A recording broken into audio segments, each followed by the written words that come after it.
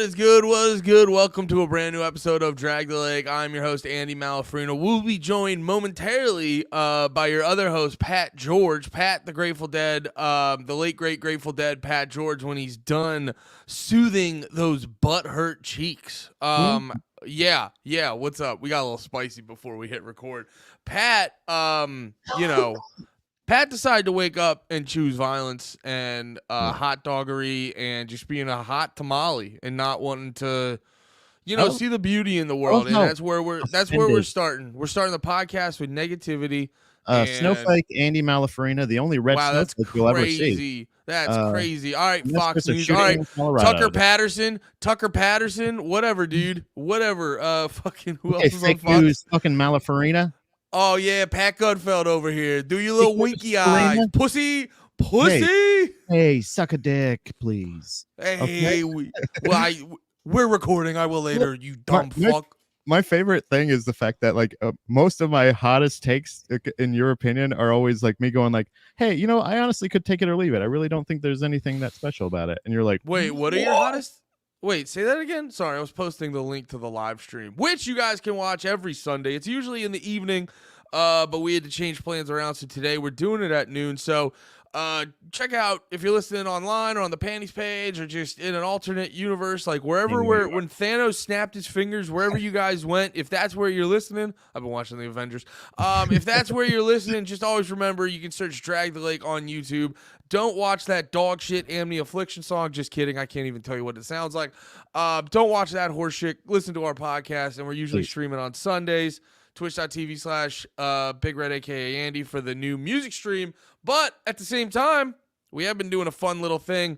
So to mediate the fact that, so to not post 97 videos every weekend for every single song we reacted to, we condensed it into one big video and hit you with a bunch of dope ass chapters. So if you hop on and you go, oh shit, Andy and Pat are talking about that one band I like, but I also don't want to listen to all the other bands. I don't want to listen to talk about all the other bands. You can skip ahead and go there. And that's what we did. But wait, what were you saying before about hot takes being indifferent and stuff like that? A lot of times I feel like whatever I say, I go I think it's kind of weird that this happens. And you're always just like, whoa, that's a weird hill to die on. And I feel because I did check out your I started to watch the Many Eyes review that you did. And then I saw that you went pretty hard at me without me being able to defend myself, talking about how my shirt to song ratio, which, by the way, I'm glad I got a little bit more insight on what you think is wrong with my thought about a band that has just started, that has only released 1 or 2 songs, having 6 or 7 shirt options and other merch. Also, you did not mention. Can I say? Nope. You cannot. You cannot, Andy. I will mute you. Hold on. This is literally, you can't do that. I just can't hear you or me now. It's actually. This is actually very.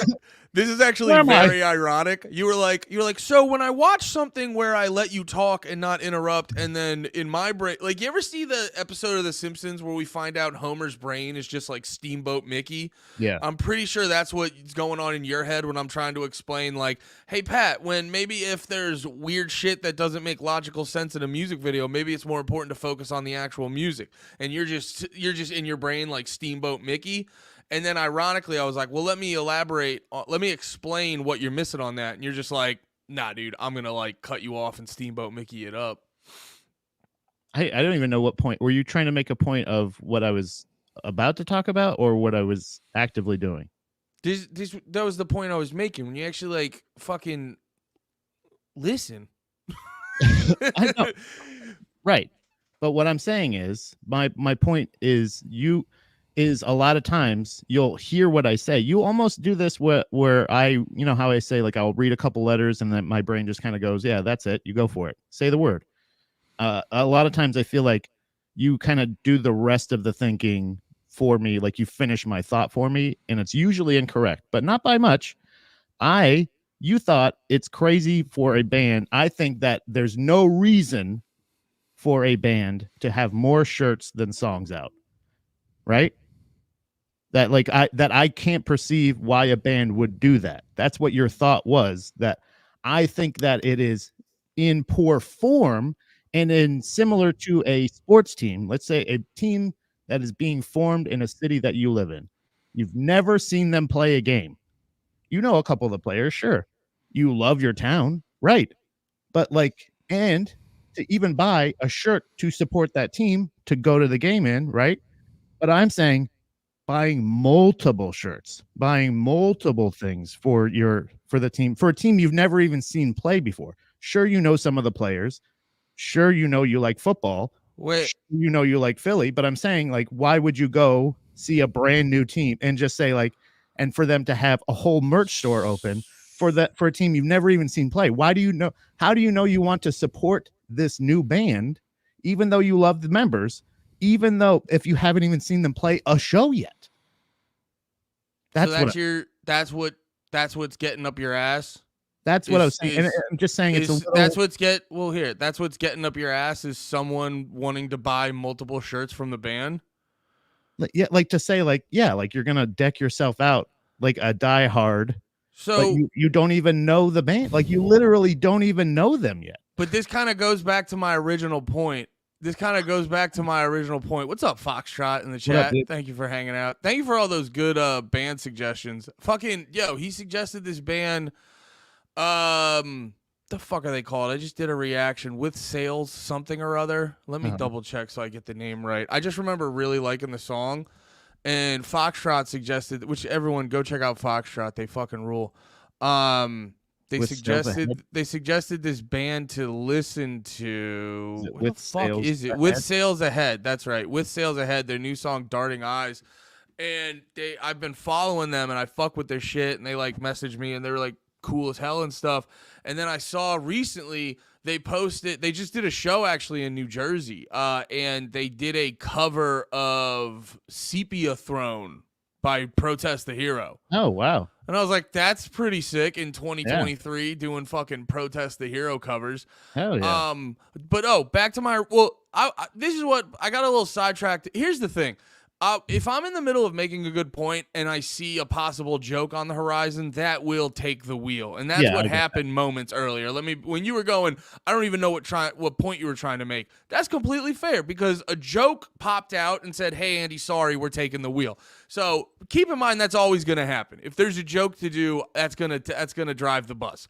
But the point I was trying to make, first off, it sounded like you felt partially disrespected. Pat, I want you to know, I would never say anything on a podcast I would never say to your face. So if I was on that because on that clip, there was maybe an implication of you being a dumb motherfucker. And I just want you to know, I respect you enough that no, please let me explain how dumb I think you are. But like on the original podcast, on that original podcast, I let you know this opinion is dumb as fuck. On that clip, I'm letting you know this opinion is dumb, and now I'm letting you know you're dumb. No, that felt past the joke, and it was like, there's not enough funny here, Andy. You love him. Stop. But no, that's what I'm saying. Wait. My other point I was trying to make was my only thing with, and this happens a lot with certain opinions, and it's not the opinion per se. It's the opinion mixed with the intensity behind the opinion. And you've now whittled this opinion down to the handful of people that probably bought Too Many Eyes shirts. You know, the like 17 people who bought Too Many Eyes t-shirts.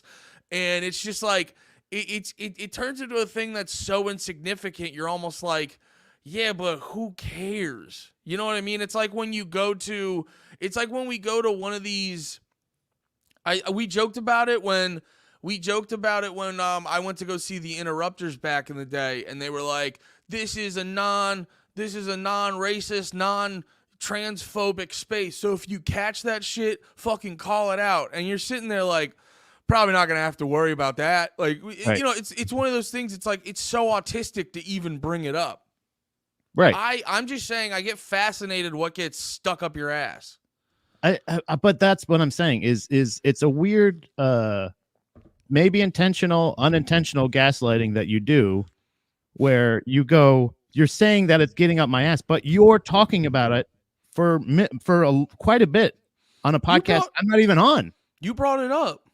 Right, this time, yes, I'm bringing it up this time, Oh, but I I'm brought it saying up I was busting your balls during the Many Eyes video. that's I'm what I'm not saying. bringing It's it like, up. I'm not talking about NoFX being like, yo, but, Pat said this about Many Eyes.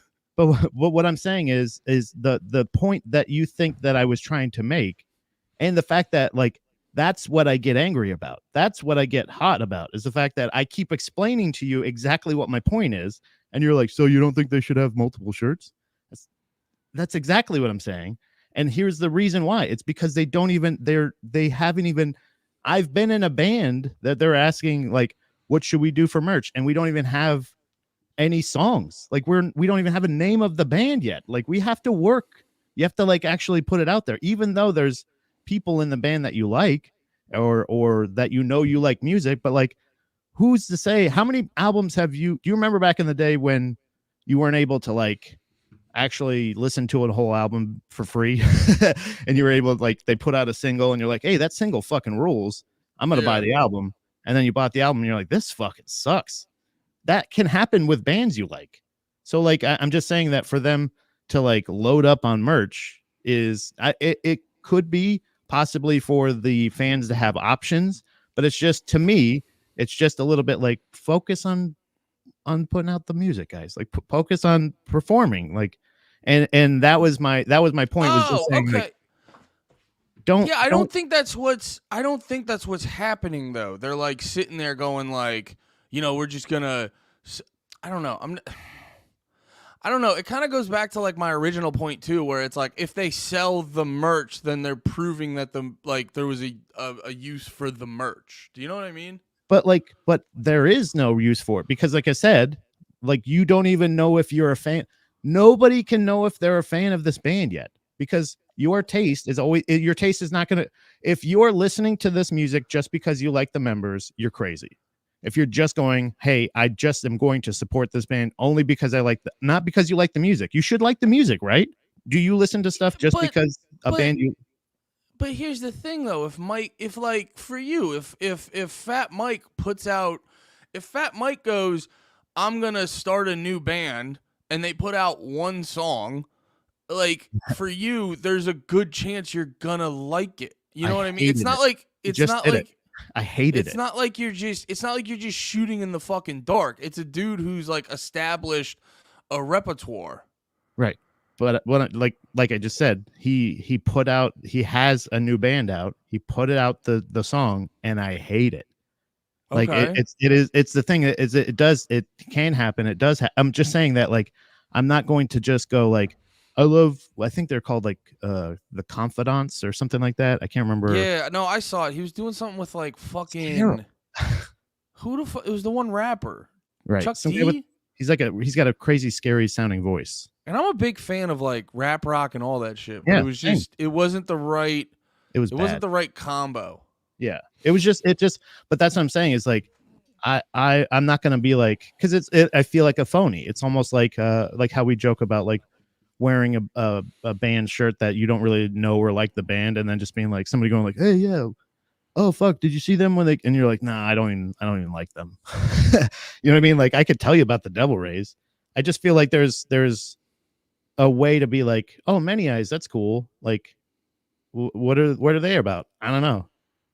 They have one song, you know what I mean? Like what, tell me about Many Eyes. You can't, you know what I'm saying? Like if you're walking around wearing a Many Eyes shirt and somebody goes, cool, what's that? Oh, it's a I mean, band. even when you say that though, that's relative. You go, tell me about Many Eyes. It's like, well, I could talk for a while. Like, there's not like a deep history about it, but you'd be like, tell me about Many Eyes. It's like, well, there's been this band. Every Time I Die, they were together for a really long time, and we found out recently it was actually like really tumultuous for the last couple years, and they kind of broke up.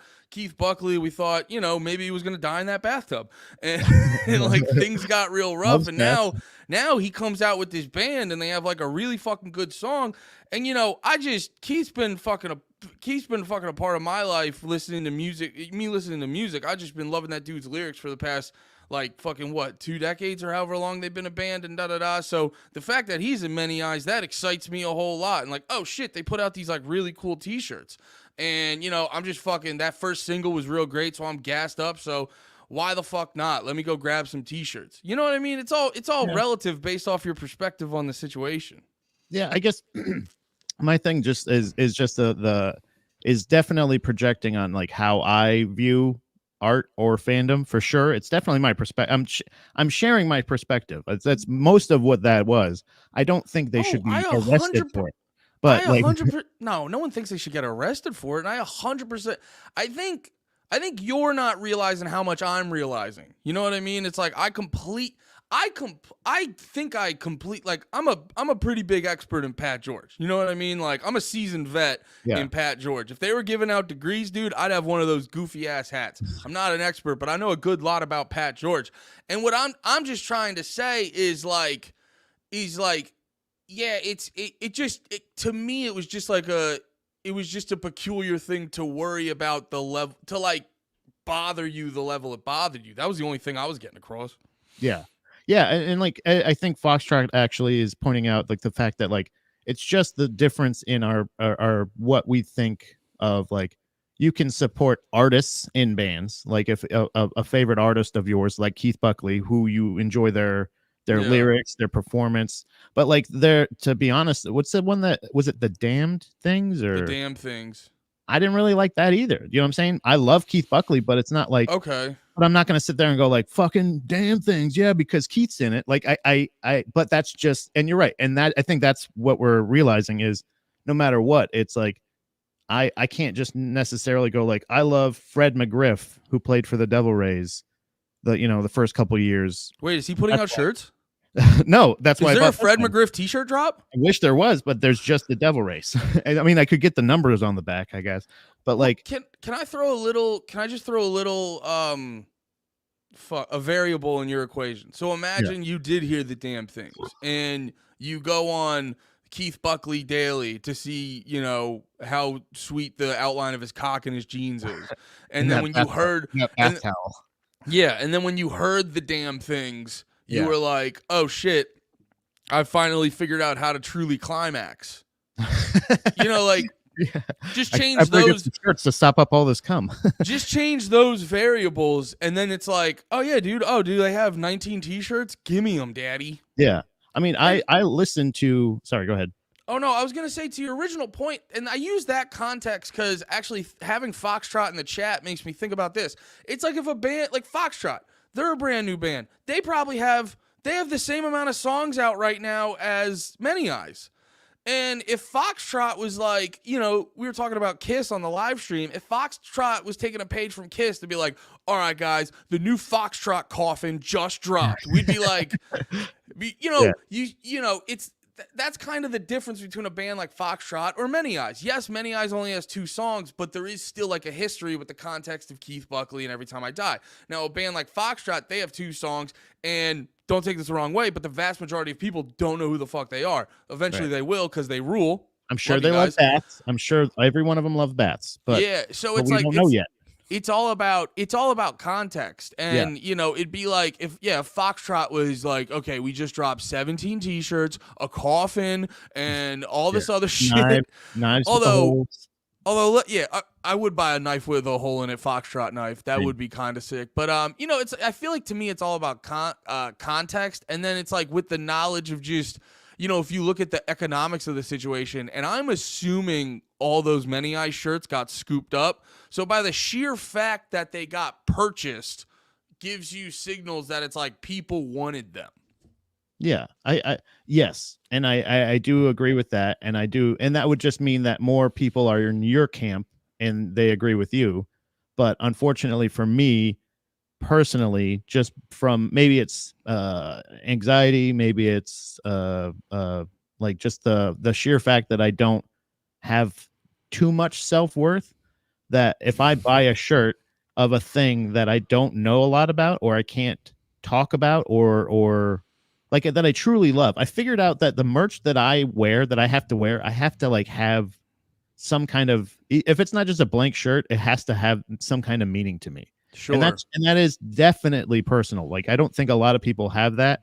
And it's not even that I'm sitting there going like, oh, you wear this shirt for this band that you don't even know you're a poser. It's not even that. I'm not even down to that, like that minuscule of a thing. It's more of me projecting going like, I mean, what if Many Eyes sucks? Like, you know what I mean? Like, I love a couple songs of theirs, but like, if I'm sitting there going like, yeah, Many Eyes rules, and I'm vouching for them, it's gonna besmirch my name. As far, I feel like every suggestion of a band I give any one of my friends, I feel confident that you're not, if you don't at least love them, you're gonna at least like them. You know what I'm saying? Like, you're going Yeah. to, there's gonna be some kind of connection with it, because I know, like, I guess I get to that. I don't know. It's just, for me, it's just like, I want to be able to wear Many Eyes merch, but I also want to wear it confidently, going like, yes, this album rules. So two things on that. Do you think part of it is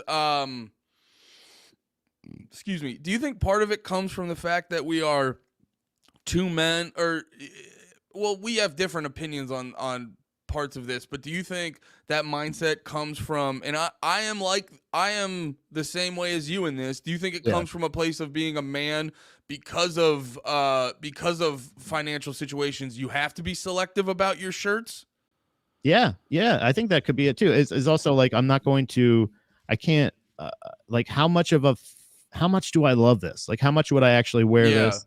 How much, like, would I? And that's the thing, is it actually comes down to where I had, and this actually came from me having a ton of shirts and having a bunch of clothes, but only like wearing like 7 or 8 things. And I'm like, why do I have that? Why don't, like, it's not that I'm just a creature of habit. It's the fact that I just owned a bunch of shit I didn't like. That turns out I didn't like. I found out I can't buy merch from theme parks, or like non, like, venues. Like, you know what I'm Yeah. saying? I'm not going to wear shirts from like, hey, you visited the world famous Comedy Store. Like, okay, you know, I don't. Yeah, you don't have a closet full of Hard Rock Cafe shirts. Yeah, exactly. Hard Rock but Cafe is a good example too. Yeah, I will say though, you say like theme parks, and yeah. dude, this is actually a fascinating conversation. I And have learned a lot about myself from merch. well, no, this is a fascinating conversation because when you said theme parks, this reminded me too. Do you remember my buddy Mike? He had the Never Again radio podcast. Yeah. I used to listen to his podcast sometimes because he was very funny, and him and his buddy Jesse would always get into some shit. My buddy Jesse too. Shout out Jesse. I said that weird. Yeah. But no, I didn't know this was really a thing, but apparently, like, when you, because you know what it was, I almost said a scared. This is I was almost, but this is that's scared.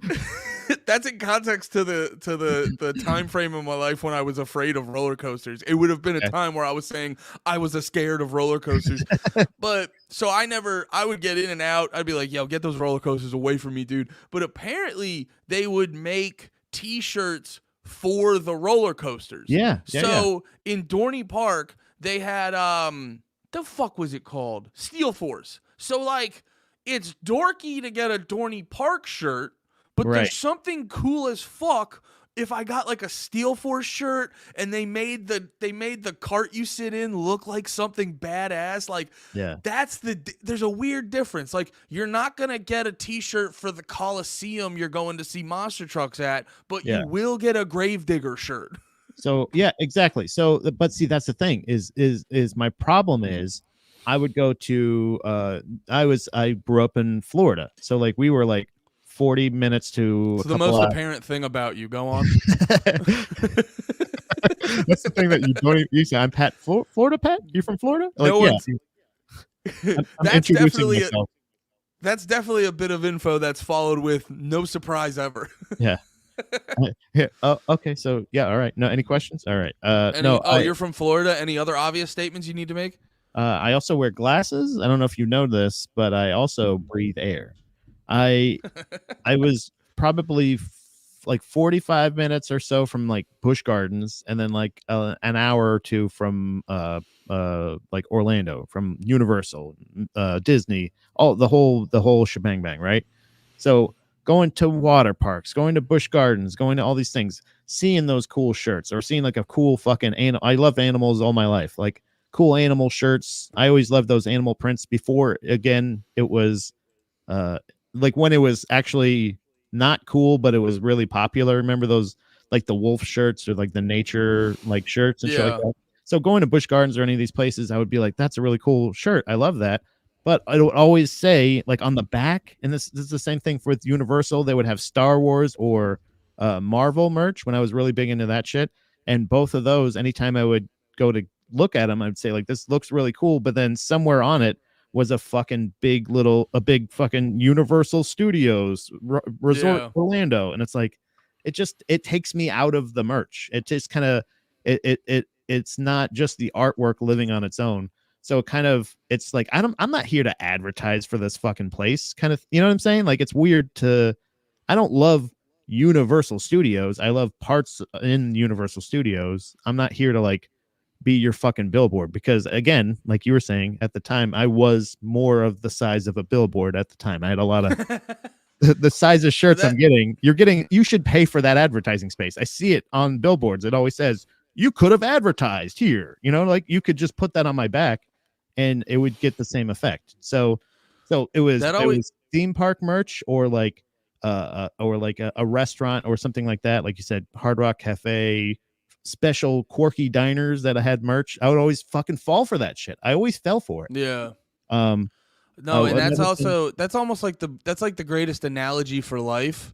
The little fucking, like, you could get a Tower of Terror shirt, but they're gonna put the little, was that in Universal Studios? Yeah, that's Disney World. That was Hollywood Studios. Really? Yeah, that's Disney. Tower of Terror is Disney. I think they have a movie about it. Is it? No, Haunted Mansion too.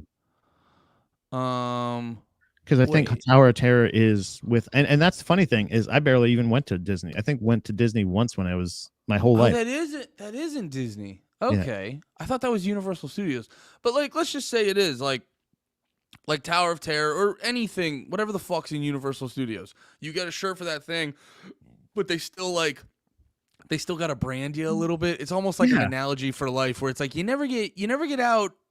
It's that like no free lunches thing. It's the same thing with sports. Any sports thing. I found out that I cannot wear a man's name. Like, I know this has been brought up plenty of times by other comics and people, but legitimately, you're wearing a guy's uniform. Can't do that. I can't. Not only because it again, when they stop playing for the team, or if they leave the team, or if they're traded or something like that. It's like, I used to buy those shirts on like discount because they're like, I'd go to the arena and they'd be like, oh, they don't play for us anymore. I don't care. I really like them, but I fucking hate the team they play for now. And also, like, it was like they really, if you really think about it, they're not, you're supporting the team, you're supporting the venue, you're supporting the town. Essentially, you don't give a shit about the players themselves. You can support them while they're there, but if you're buying a jersey with someone else's name, fuck that. No, sir. Yeah, I cannot do that. But shirts, even, I can't. I had to talk myself out of that. I think being a wrestling fan has really skewed my perspective on that. Yeah. Because, like, I'll gladly fill my closet with men's names. You know what I mean? Bro, yeah. Give me a Stone Cold shirt. I have a Kevin Owens shirt. I have a couple shirts in there with men and their names on it. See, this is us being diametrically opposed. Like, that's literally my closet and your closet are completely different. Like, that's crazy. Yeah. But you're deeper in your closet. I'm still in my closet. I'm actually coming. I'm still in my closet. I'm coming in my closet. Here, wait. Foxtrot had a really good comment that I wanted to address. Does merch love change when a band puts out a bad album if you have already owned the merch when the music was good? Wait a minute. No. Yeah. Oh, I see what they're saying. Yeah. So, like if you bought merch for a band during a good album, then they put out the bad album. Not for me, but I'm gonna buy. Like, I'm trying to think of a band. Like, okay, perfect example. So, we've talked about them a bunch before. Sum 41, All Killer No Filler, Does This Look Infected, and Chuck fucking rule. But then, what was the one right after that? Underclass Hero. That song was absolute booty cheeks. I'm like. I would get I think the Does This Look Infected album is the cooler cover to wear on a shirt. So I would excitedly wear Does This Look Infected I would excitedly wear a t-shirt with the Does This Look Infected album cover. But if you gave me a t-shirt with fucking Underclass Hero on it, I'd be like, get that the fuck out of here. But that wouldn't affect my excitement to wear the Does This Look Infected shirt. That's the other thing I figured out too, is there's shirts of album covers that I love that I have never been able to bring myself to buy because I am not very familiar with the album. Master of Puppets Yeah. is one of those ones where it's like that's one of the sickest fucking album covers designs for shirts or anything. And I feel like the amount of weight that I've lost now where it's not going to look weird on me, the design, it's actually going to sit right, if I get the right size. Yeah. I that's another thing that I had to check off my list was it, like it or not, album cover merch. It's never as good as the merch that they put out with the song, like afterwards. So this is what I was talking about when we originally were talking about the merch for Many Eyes Conversation. Was a lot of times if it's a new band or even a new album coming out, the only thing that they're announcing merch wise is like merch options for album themed merch. And I would usually fall for those too. I'd say, yeah, I'll get a shirt, the CD, and a digital download all for this much money. That's a great deal. And then you get the shirt and you're like, this is not as good as their other merch. And I don't really like when it. It comes with the album combo. It's just like it's just like a square print of the album cover on a, you know what I'm saying? Yeah, they usually skimp on those ones. I've been there before. Fucking from first to, it's always when it comes in an album combo, and then when they send it to you, it's not just like they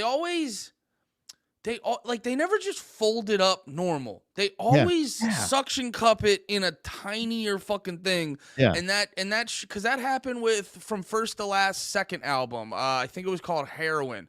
I got like the limited edition special whatever the fuck bundle.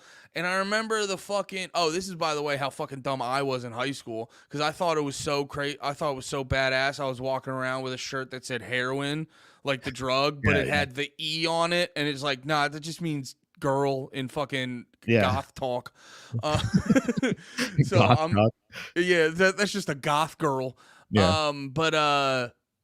But yeah, that it always happens that way. Whenever it gets packaged like that, it means the shirt's gonna be shitty and fucking just have a lazy ass design. And it's also because it's usually mass produced. They're like, I mean, most of their merch is, but a lot of times I think I've seen this a lot with the bands on their merch stores is like they'll have the pre-order or something like that, where basically it's kind of like the thing where it's like made to order. I think now they have like a couple designs that they just print up as needed. So, but when they do stuff like that, they get the pre-orders ahead of time and they just kind of go mass produce them and they put them out. And they're usually not the best. So, and I will say, as an amendment to the point I just made, the one time that I've gotten a good version of that was shout out to Every Time I Die. When I got New Junk Aesthetic, I got the combo pack with it. I got the shirt, the this, that. It never really fit right, but the design itself was pretty cool. But it did seem, I think that was right. I think that was the first album where Jordan took over most of the artistic design for the band. Are you talking about the album cover of New Junk Aesthetic? Yeah. Like that's 100%. That's 100% Jordan. Yeah, but and again, being as a big boy like I was, I think I stretched it out a little too much, and I didn't really. Again, it didn't look right all the time, but it was a very comfortable shirt, and I did like the design. I just wasn't able to pull it off. So a lot of the merch physically off your body, like when you got it on, it was just hard to get it physically pulled off. So that's the next and last thing of band merch in my closet now is I love UFC and I cannot purchase or wear anymore UFC fighters profiles with their shirts off or in their fighting stance or fight or something like that where they look way, and this goes to your wrestling conversation. Wait, Patrick, I apologize. You were judging people for getting football jerseys, and you're like, bro, I'm tapped out on buying pictures of shirtless men on my shirt. No, I can't. I saying I would buy them and I could not wear them because I'm like I look better, like they look better than me. And when I put their shirt on my body, their body on my design stretches out. So it actually distorts their image more. So they even look worse. I don't want to make Israel Adesanya look worse. You know what I'm saying? That's not up to me. So dude, I had a still so funny. That's so funny. I can't buy a football jersey, but anyway, I'll buy this shirtless Nate Diaz shirt. I'm saying these are the things that I cannot buy that are not. But you did though. Yes, I used to buy shirts with sports people on them. But I would get it and I Oh, okay. wouldn't buy them. I'm banning them. They are no longer allowed in my Dude, closet. it'd be so funny if you got like 30 UFC fighter shirts deep and you're like, I think I'm gonna stop now. I got a couple. Actually, I do still have my Derek Lewis, the Black Beast fighter, Knockout King. If you know who he is, shout out to that guy. I have his shirt that says USA in this hoe, and he is shirtless in it. But I do feel like we are actually the same. We are actually the same weight, and we are the same rank at in jujitsu. So I do feel okay wearing that shirt still. Oh yeah, he's not like a big jujitsu guy. No. But we, hey, fuck you, Andy. What? I just said we're the same rank, and you said, "Oh yeah, he's not a big jujitsu guy." Yeah, you guys are the same. Yeah, Pat, you're not. I'm better than him actually. I think I'm a higher rank. You think so? Yeah. Why don't you come over here? I'll choke your ass out, pal. You think you're all right? You're just naming people who you're better at. I'll than fucking jiu-jitsu. fight anybody. All right, dude. Okay, dude, you're better than the guy who's bad at jujitsu. I applaud you for that, Pat. Don't tell him I said that, please. Please don't tell him I said that. Andy, I think you're gaslighting me on stuff. Also, I'm gonna take crazy things super personally. What did you just say about me, motherfucker?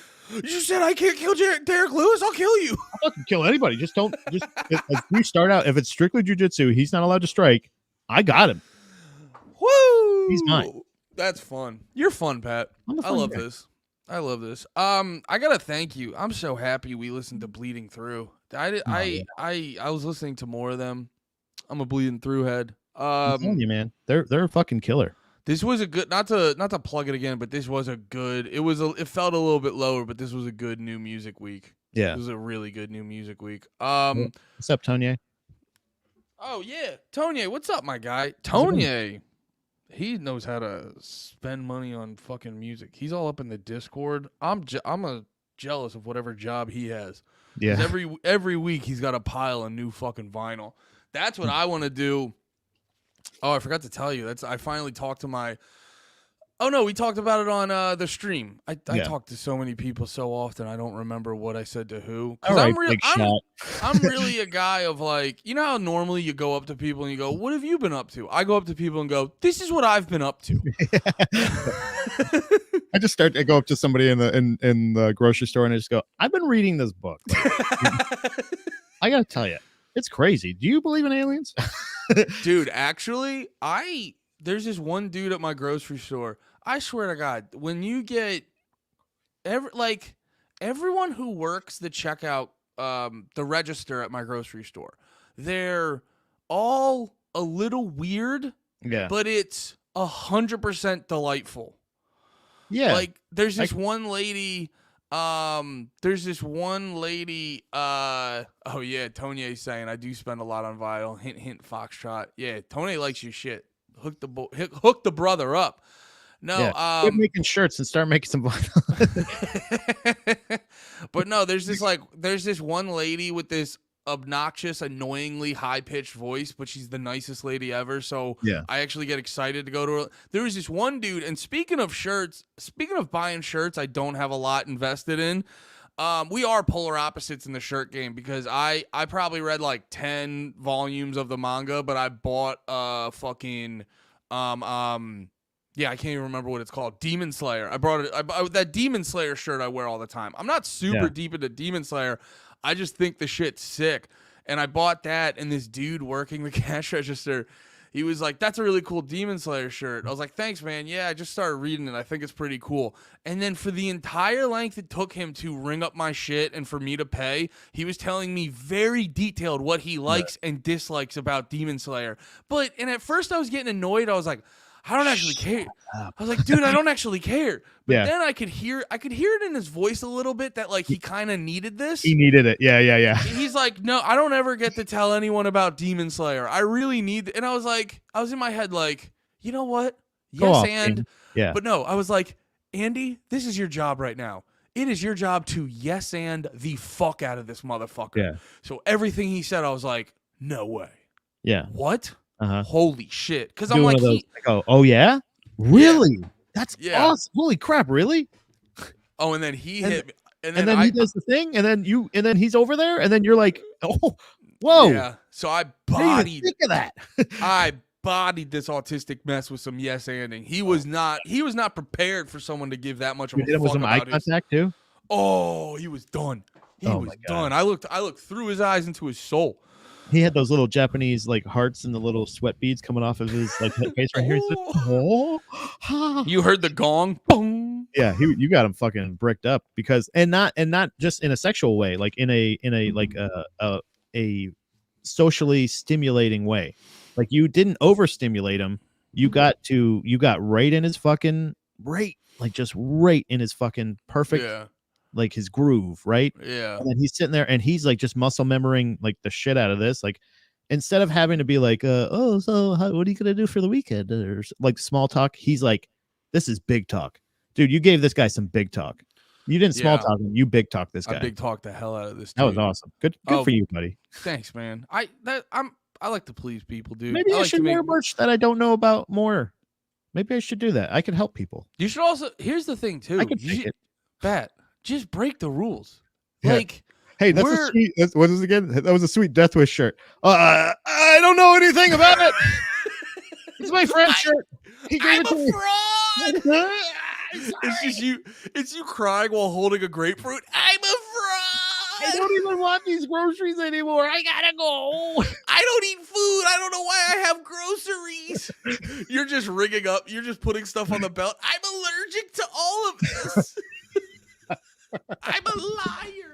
I can't function. I'm lactose. You just have 2 jugs of milk. I'm lactose intolerant. Everything is wrong. I don't know how to do anything right. But yeah, sorry. That is. Oh no, I was. Oh, my last point I wanted to make about the shirts is I just want to reiterate, Patrick. Anything I say in a video when you're not here is I'll always say it to your I know. stupid face. I appreciate that, and I know that. That's why I wanted to just. It was one right. of those things of like I was gonna hop in the comments, but then I was like, that's not gonna make me feel better.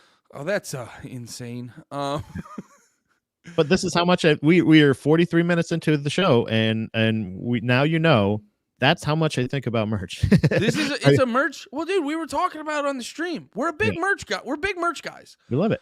You know, I even I said it on the stream. I should probably say I didn't like clip it. You know, and it pains me to say it because as a proud owner, I don't know where it is. So I'm not that proud. Here I'll do. He's looking for his penis. For anybody, I'm not proud of that. Here's my replacement knife. While I look for. Imagine this says Kubla Khan on it, and it has a cool hole. Yeah, this is his plain knife. Yeah, this is my legal knife. JK. I don't break laws. I make them.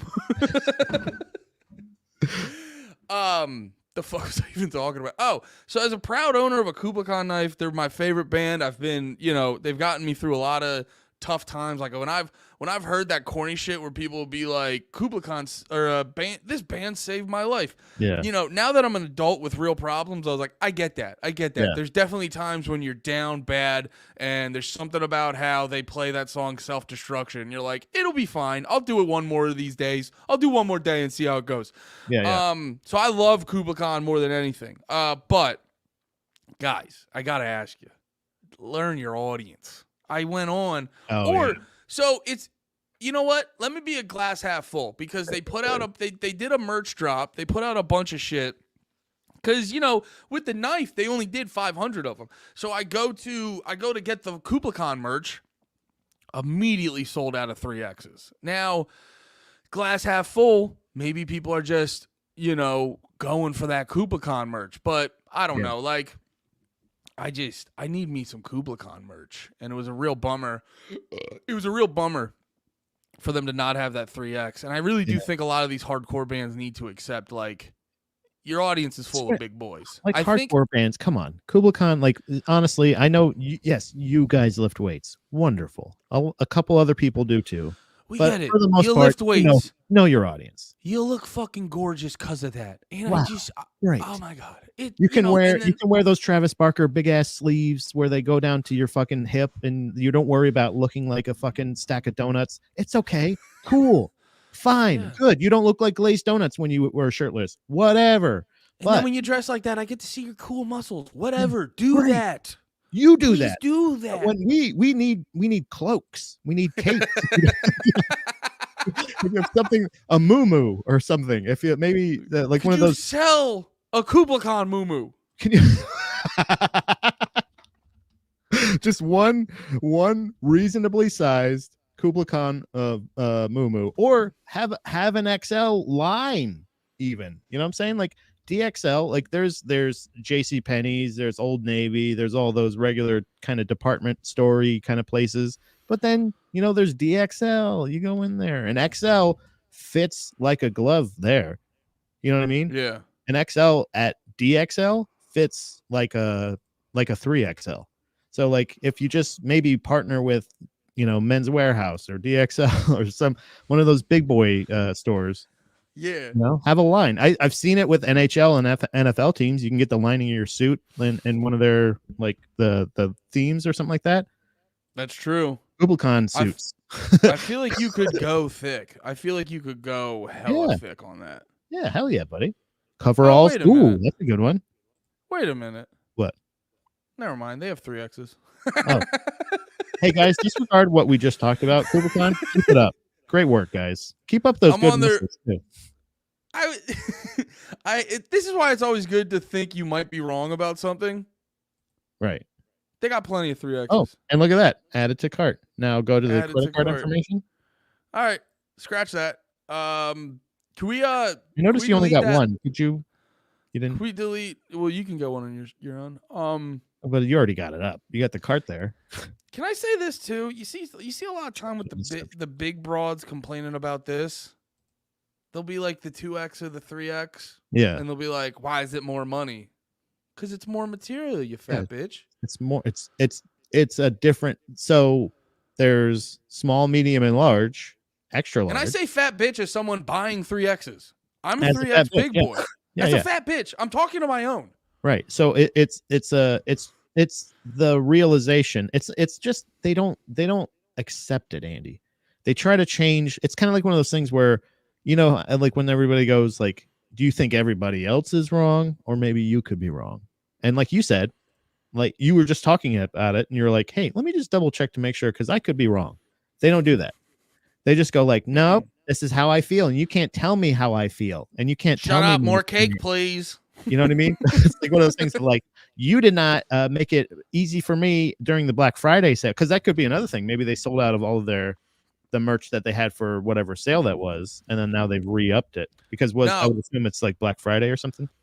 Well, because I was like double checking and I was looking at it, and then it said pre-order, and I go, oh, wait a minute. They probably haven't even made the shirts yet. Yeah. They're just like, hey, these Like, are some ones. I think How can they Mutoid Man sell did that. out? Mutoid they Man did did that with the shirts and merch that they were supposed to be releasing or having on their tour with them, like when they were doing their East Coast tour, but they ended up having to cancel.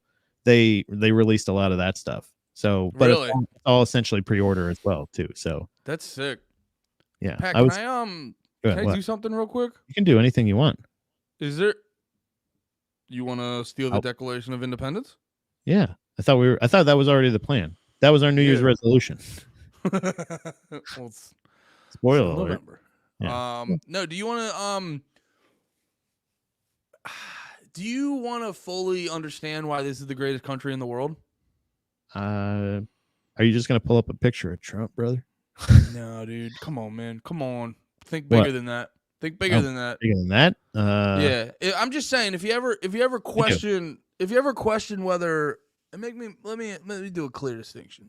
Okay. Fuck the U.S. federal government. I'm talking about Americans. I'm Oh. talking about America full of Americans, not those I didn't say goddamn president. I psychopaths, said not those Donald. goddamn psychopaths in D.C. I'm talking about God-fearing, beautiful Americans, and why I we do live in wanna the know. greatest country in the known fucking universe. Show me why.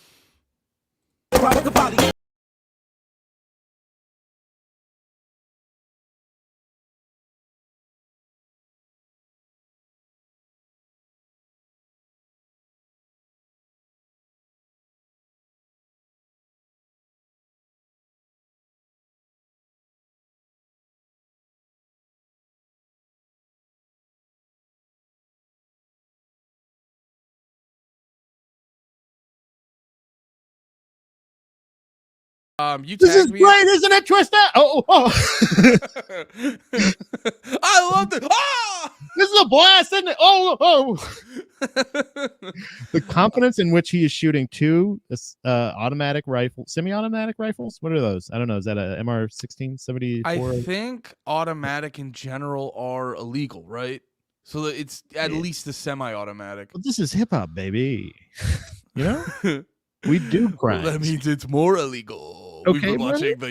watching the Young Thug case. I think there are so many. So this is getting a ton of people hyped. I saw it on Twitter. Oh, dude, And I saw it just scrolling through Twitter yesterday. Multiple I times. saw it so many times. it's crazy. It's like and it's so funny because it's like it's got people that love guns going crazy. It got me hyped because it was pretty good. Like it was pretty well kept in time with the bass of the song. Funny thing about that, I saw. Not I think perfectly, but pretty well done. I was telling you how I listen to the Hard Lore podcast all the time, and the one dude on it is the guitarist of Harm's Way, so I follow him on Twitter. He had the best, like everyone's going like this rules. He had the best response where he was talking about the guy with the guns. He goes, he was rushing the fills a little bit. Yeah.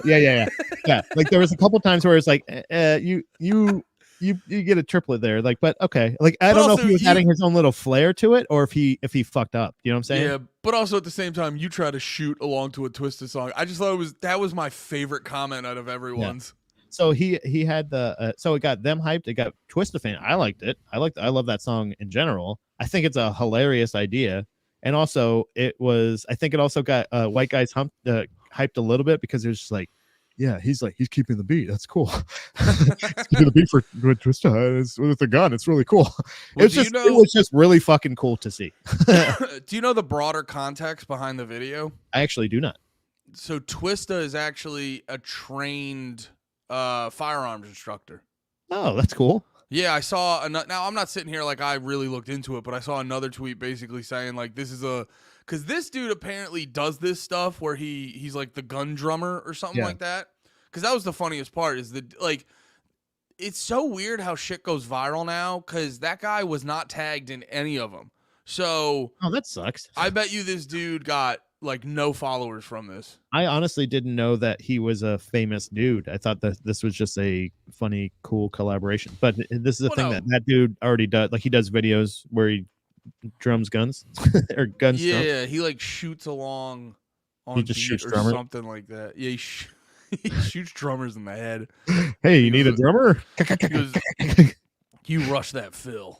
This is a cool thing. One of my favorite Gwar memories. Anytime one of the first times I saw Gwar live, they had a sperm gun that they were shooting at the audience, and it was just like a like. Matt, did you suck Gwar's dick backstage? Yeah. So it was just an elite VIP party. It was me and 3 members of Gwar, and why are the lights turned off? Shut up! This is a gun. But they had like this big fucking cartoonish gun that they started to shoot the fucking goo on all the crowd. The drummer was just doing like so it sounded like a fucking like a big like what is that 50 cal or whatever. Yeah. Like it sounded crazy, but it was like it was cool. So this is bringing me back to that. It's fun. Gwar feels like a tough one to get your black friends into. Well, yeah, I don't think Twista would rap at a Gwar show, but you take your black friend to the Gwar show, and he's like, "All right, man, this is okay." And then no, he sees the gun coming up. Oh, hell no, hell no! What are they shooting? What the fuck? Come on, man! This is that goofy white boy shit. Yeah, they wouldn't like that. So this is as far as gun percussion, I think this is gonna reach a wider audience. Yeah, the audience for gun percussion is definitely gonna go up. Now, I just like, I don't know. Not to get overly sentimental, but stuff like that is important because I always feel like the spirit, because like America is a melting pot, and I don't think it's one specific like ideology or whatever the fuck, because that's why I feel like we can have so many different ideologies and religions and all that, and everyone vibes out. It's that like core essence of what was going on in that video of why the American spirit is so great, because the American spirit is literally just like, yo, fuck you. I'm gonna do what I want to do, and Yeah. try not to be a dick, too much of a dick while doing it. Yeah. Because you saw it. It's not like he was doing that in the middle of the street. Yeah. And in the middle of a neighborhood, he was on his gun range. They had safety, they had the Oh. earmuffs on for safety, and they were doing it the right way. No, that's the best part. Actually, a lot of people don't realize, and I think this is going to eventually come back and bite them on the ass. They were shooting at Palestinians. There was protesters at the gun range, and they were shooting. That's the second. We're going to see that second half come out, and then everybody that's cheered the video is all going to get lambasted. So Actually, you're yeah, going to see a lot of firings coming up. if you watch the extended video, Twist actually goes, "Hey, yo, shout out Netanyahu, boy." Bull. Yeah. Shout out my bull Netanyahu. Right where the video cuts off, when he finishes turning around, that's when you see it. That's when he actually makes the mess. That's the message part of it. And then you go down, there's 40 babies, and they're like, okay. And then Twista turns to the camera and goes, "I fucking love terrorism." No, or do I? Oh, which side? Maybe that's why. Maybe that's what it's going to be. That guy's video. Maybe the shooting guy. What is the shooting guy's name? Did you gun drummer? Gun drummer. Yeah. Is that his handle or whatever? I didn't know. Like, at least he should get a shout out, because I didn't know he was a personality. I thought maybe he was just a gentleman with a couple machine guns handy. No, I've seen some of his shit pop up. Does he teach that kind of shooting? Gun drumming? That'd be pretty cool. Yeah, he should. Does Twista teach gun percussion professionally also? Maybe. Because that would be cool. That'd be sweet. I just thought that was like maybe one of his young Padawans, and he was just like, check out one of my students, y'all. He's awesome. He's a phenom. Yo, can I say this? This is a little bit of a looser episode. Okay. Yeah. Topics, buttholes. It's just a little bit of a looser one. Pat, get looser. Can you get a little looser for me? God damn that guy. Crash, boom, pow. No, I was just thinking about, I was on the Gun Drummers Instagram over here. And I was too loose. I'm back. I was looking at all the shit, and this is why I'm just gonna stick to fucking broadcasting and stuff. Cause I was like, I like the dude's Instagram, but I'm just thinking about all the the videos are funny to watch, but I'm thinking about all the coordination that goes into making the shit, and I'm like, it seems so exhausting. All the bullets wasted. Like that. Do they recycle bullets? I don't know a lot about guns. You know that, but do they? I feel like that's so many bullets wasted. It's so wasteful. I mean, you could technically like scoop up the bullets and repurpose them, probably. Do people do this a lot? I'm not. You know what? Can I apologize? I laughed at you, but no, I feel like if you're going to the gun range, I wonder if they do something. That's like a golf ball range, like where they go up and they scoop up all the golf balls, do they clean them and I feel like if you're in an outdoor range, they wouldn't do that, but they gotta clean at an indoor range. They have to have someone go in there to clean the bullets up. I wonder if they repurpose them. They have to. I mean, otherwise, that's just a big waste of resources, guys. Yeah, maybe, but sorry. No, no, you're fine.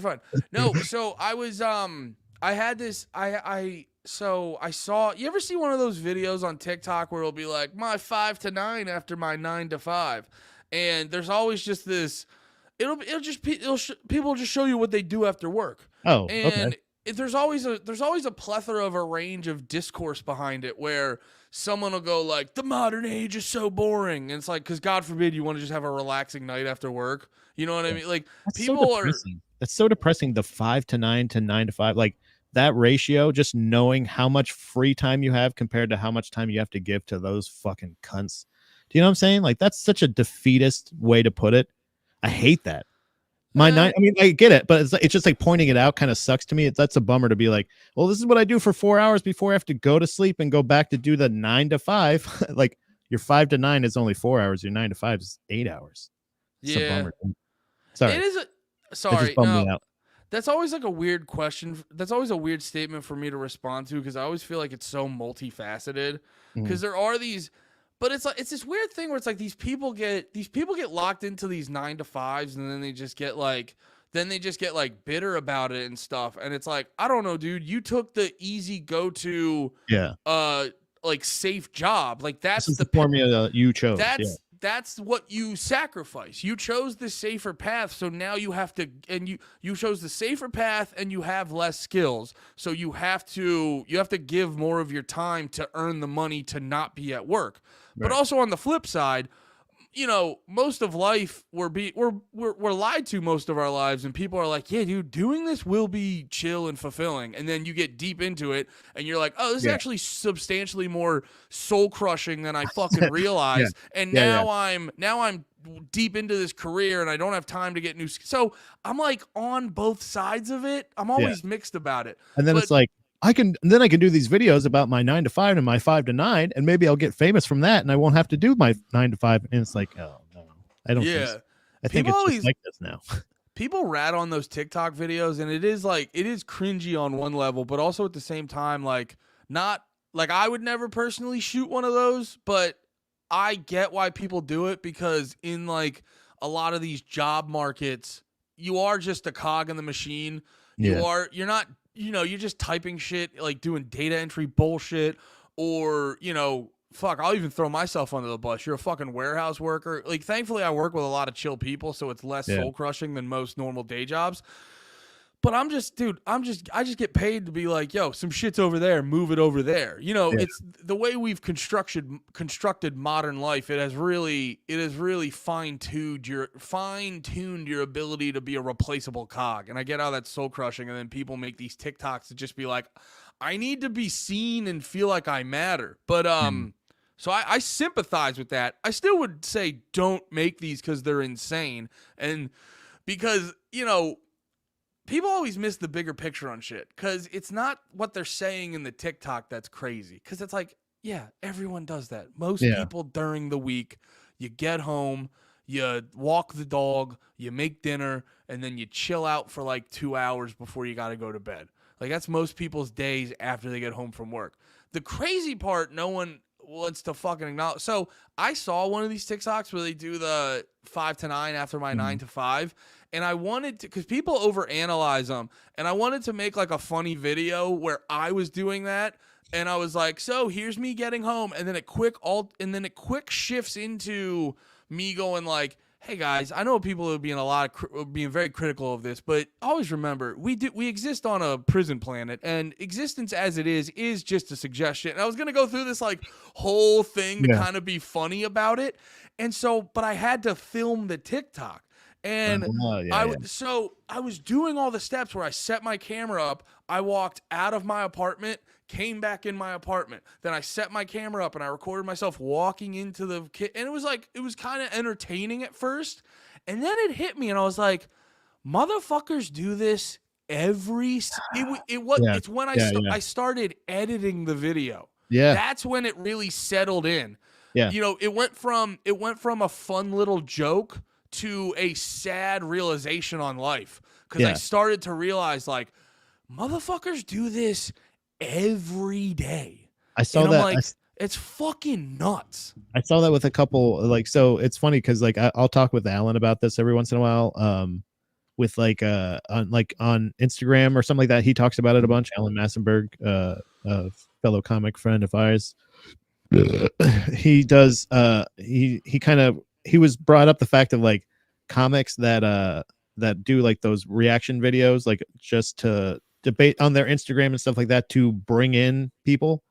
And it's like to bring in more, like to say like, okay, well, people aren't just checking out my Instagram because of the clips of my stand-up and my other stuff. So I'm going to do other genres of videos, like essentially what you're talking about, like a genre of video, like reaction stuff of this crazy version of this well-established thing. Yeah, this well-established thing, but this is what I think of it. It's kind of thing of like where, and I really was like, at first I was like, I don't know how to feel about this because it's not like it goes into this is what my phase of thinking is. I don't even get as far as what you're talking about. I start going into like, oh, I wonder how they do that. And I go like, I think about all of those things of like, set your camera up, do this, then edit this part together, and then just put this voiceover over. And it's just like, oh yeah, I don't want to do all that. Like it comes down to one of those things of like, if that's what I have to do to become successful on Instagram, I don't want to be successful on Instagram, because it's just one of those things of like, I'm not going to be, because comedy especially is one of those things that like you kind of go down the same road, like you kind of have the same like back and forth, I think, as you go, where it's like it doesn't work like that, you got to do it like this. And then also like some of the biggest success stories are people that paved their own path, you know what I mean? Like, so it's like, so if you break rules you can succeed, or if you follow all the rules you can succeed.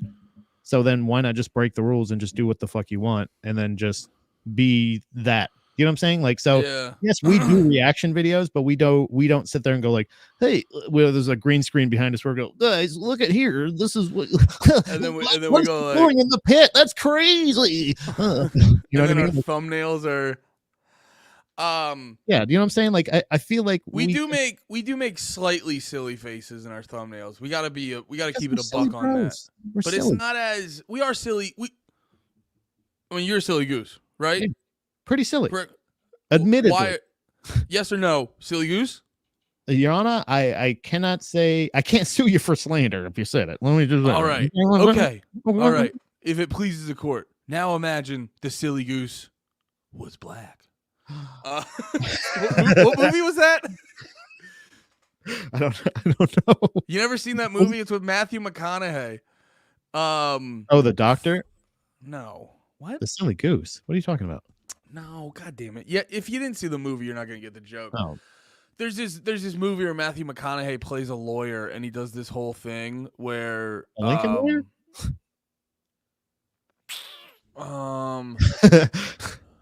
Now imagine she's white. That's right. A Time to Kill.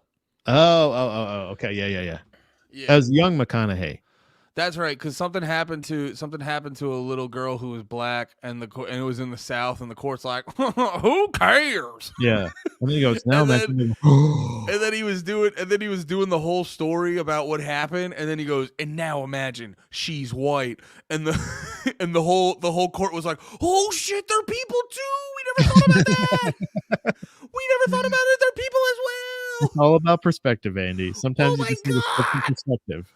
Oh my god, they're people. That's how I feel every time I go through the checkout at a grocery store and I see a People magazine. I go, "Oh my god, they're people just like us! Oh my god!" Get out right now. That's too far, too much. That was crazy bad. Oh my god, People magazine. Yeah, Kate Blanchett. Oh my god. Yeah, they're people just like us, Andy. You're on thin ice, buddy. Is that strike 2 or 2.5? You're on thin ice.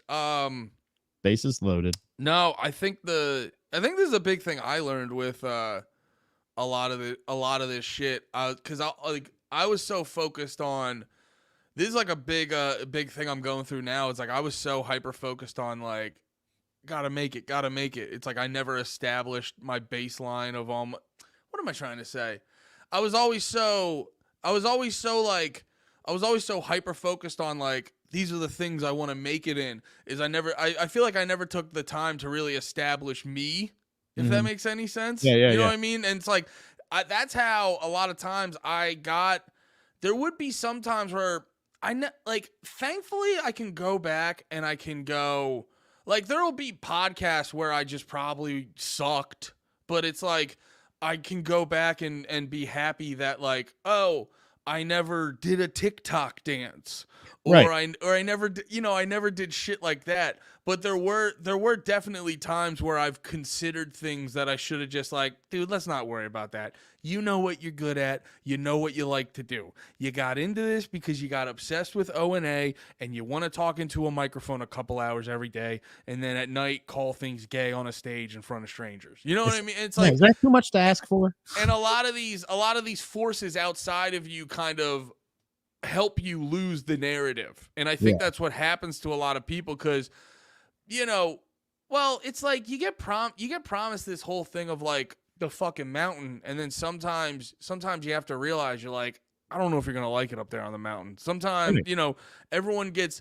Well, I think that's the other part that's stressing people out about just having like a normal life, is because I'm having a lot of thoughts all in one, and this is a music podcast, so I don't want to get too off. I don't want to get too off topic, but to go back to your original point about doing that type of goofy content, I think it is because a lot of people, they just they just hyper focus on, I have to get to this, get to this, get to that, rather than what's the body of work or the type of person I can cultivate that makes me happy.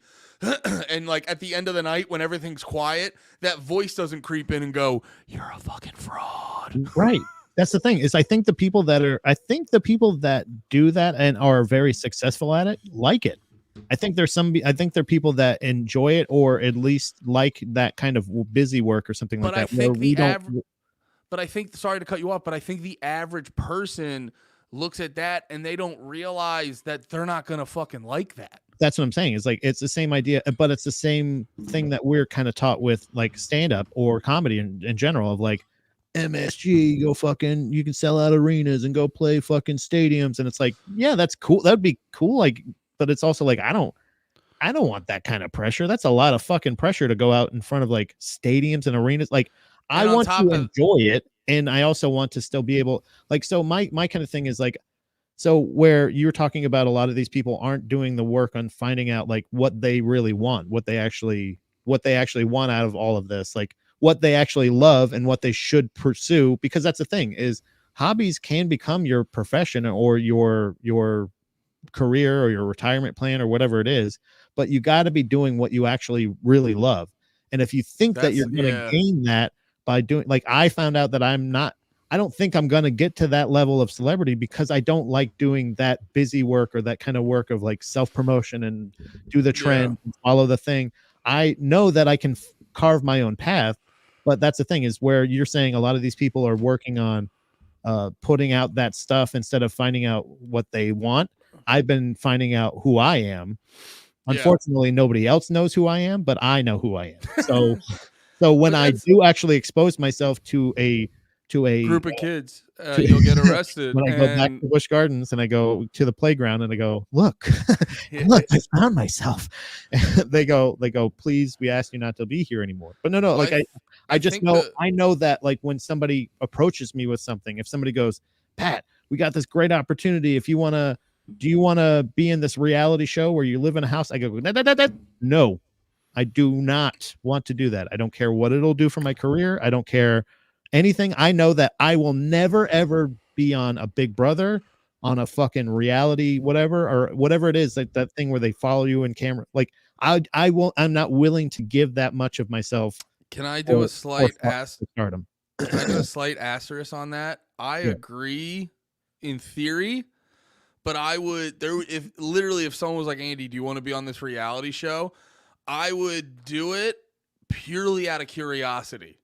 And then there's always two sides for comics. Yeah, there's always two sides for comics. There's the story. There's like, I know I'm going to hate this, I should do it, or I might like it, I should do it. Well, here's my thing. If I did, and you know, fucking, you can say, I can say this not in the shit and whatever, and maybe, you know, I'll see something different. I could maybe adjust or whatever. But from my perspective, if someone asked me to do like Big Brother, Big Brother. Big Brother. What am I, a fucking Samoan? Hey, Big Brother. Oh, we do Big Brother. And hey, then, brother. Yeah, but no, if I did Big Brother, I would do it. But like, if I was doing interviews, or if I would not take it seriously on the show, and then in interviews, I'd be like, yeah, I just wanted to see what the fuck it was like. Yeah, but that's the thing. Is like, so my thing is like, I know I'm not going to do it the way you want me to do it. So I'm not either I'm gonna just waste my time and I'm gonna get like cut out of the show because I'm not giving you any. I'm not gonna sit here and go like, I think Tina's a bitch. I have no idea who Tina is. I don't. Which one is that? Was that the you're blonde not on the show yet? You're gonna meet Tina. Well, that's what I'm saying. It's like when they start doing that thing where they're like, hey, you know, so what do you think about Chad and Brad's alliance? And I'm gonna go, I don't fucking care. I've been watching TV all the time. No, I hear you. My phone in. You know what I'm saying? Like, for me, being in that mix would be entertaining for a little bit. I think I'd hit a point where I'd be like, okay, this fucking sucks. I want to leave. You have a higher threshold for that. I know how I am. It would be entertaining, and then it would hit a point where I'd be like, all right, I'm going to probably go say the N-word so I can get kicked off the show. you just go up to one of the corners, like you just climb up on the sofa and you just go to go, hey guys, I'm ready to leave. You start, if they could give me like a sign in, like you ever watch Locked In? I would do Locked In. Which one's that one? That's the one where they go to jail for like 3 months, and then they just kind of like they have hidden cameras in the real jail or real jail, not prison, Oh. but jail. I Like, wouldn't do that one. Yeah, but see, I would. That would be a fun one because I know I could protect myself, but also I could go in there and I could just like there's a task. Blow them and stay safe. There's a task. You go in and you figure out where the drugs are. You basically go in to be a narc, but there's been plenty of times where people go in and they actually have success in prison, and they go, hey, we're kind of worried about like it doesn't seem like you're really remembering the spirit of the program, and and they're just like, yeah, whatever, man, like, you know, I'll keep an eye out. What do you want me to look for again? Like, and it's just like it's that seems like a way more doable thing than like a Big Brother where you're gonna like kind of like I don't know, like I don't thrive in that shit in general. Like you said, you can kind of like stir it up a little bit and do that, but after a while, it's like I can't. I'm just not willing to do that. But I would love to do that. The Big Brother thing. So for me, I can see with the jail thing. You're like, oh, I want to see how if I could actually last in here. Yeah. And I look at that and I go, I don't care to prove myself in there. Yeah, I do not care. But with the Big Brother thing, see, for me, because like I told you with how I am and with like the fucking ADHD bullshit, I spent my whole life being locked in on like, this is how people are, da da da. And it's like the older and more mature I got and the less self-centered I got, and I kind of looked at, I was like, oh, I don't understand people as much as I think I do. And it turned me into being more fascinated with like not just how people are, but I get fascinated with like why people are a certain way. And so I would have fun on a show like Big Brother because they like, I probably wouldn't get on because they're like, oh, you're not as fucking crazy as most of these people. You're not as unhinged as all these other people. You're not as like you're not as narcissistic and shit like that. And I'm not saying I'm not. I just have it more locked in. Yeah, you're not the level of narcissist we need here. I'm not TV funny narcissist. Dude, but see, that's the thing is like sorry. Last thing I was going to say on that, is I was just going to say it would entertain me to sit there and like watch these people and go, why the fuck are you all like this? This is crazy the way you are. Like if it was truly live and they would actually use the footage that I was in for the short time I was in, I would do that show because it would be that thing of like, why are you like this? But also there is an aspect, it's the same idea of the TikTok video of where if I was watching and I saw a character like that and I saw somebody go, why are you like this? I'd be like, you're on the show too, dickhead. You know what I mean? Like I would think the same thing. I'm doing it ironically, you fuck. And then I'd be like, yeah, it's law. You know what I'm saying? Like just kind of. But like a show like Locked In or that show Alone, where they just basically drop them off somewhere in the fucking wilderness and you have to live by yourself. You get like 7 items and you can see how long you can live. The winner gets like $500,000, which is, hey, nothing to sneeze at. But for 30 days in fucking the north, you know what I'm saying? Like just whatever fucking Alaska part that doesn't have a lot of people. It's crazy. But it's also like, I would rather be myself on one of those shows than try to play a game in like one of those other reality shows. You know what I'm saying? Like, because if you don't play the game in one of those reality shows like that, then then a lot of times I feel like they will cut you out, or they'll just essentially, you know, even though it's reality, write you out of the show or whatever. You know what I'm saying? Like those are that's actually a really good point. That reminds me of, I saw this one post. No, that's a really good point, actually, because I would, you know, there's a really good chance they could edit it and completely misinterpret your whole vibe on the show. Yeah, like they'll, and that's what I'm saying is it just sucks that like they have that. I would give the producers and editors of a show like Locked In or I would be a favorite on that show as opposed to like that's where that's the environment I know I would thrive in rather than a Big Brother. So like that's the thing. It's like that's the work I feel like a lot of entertainers or whether you're musicians, whether you're comedians, whether you're social media people, because that's the thing is there is enough room for all those entertainers. Anything that you really do like to do, but you got to be doing what you like to do. If you like giving music reviews and you're sitting there going like, hey guys, and check out the music reviews that were, you know, like we're not that. We're not, you know what I mean? Like you can't always do you stop trying to fit into other people's molds and just make your own mold. There's Well, I plenty of think room. that's You know what I'm literally. saying? I think for me, or for us, that's literally what happened from last week to this week. Yeah.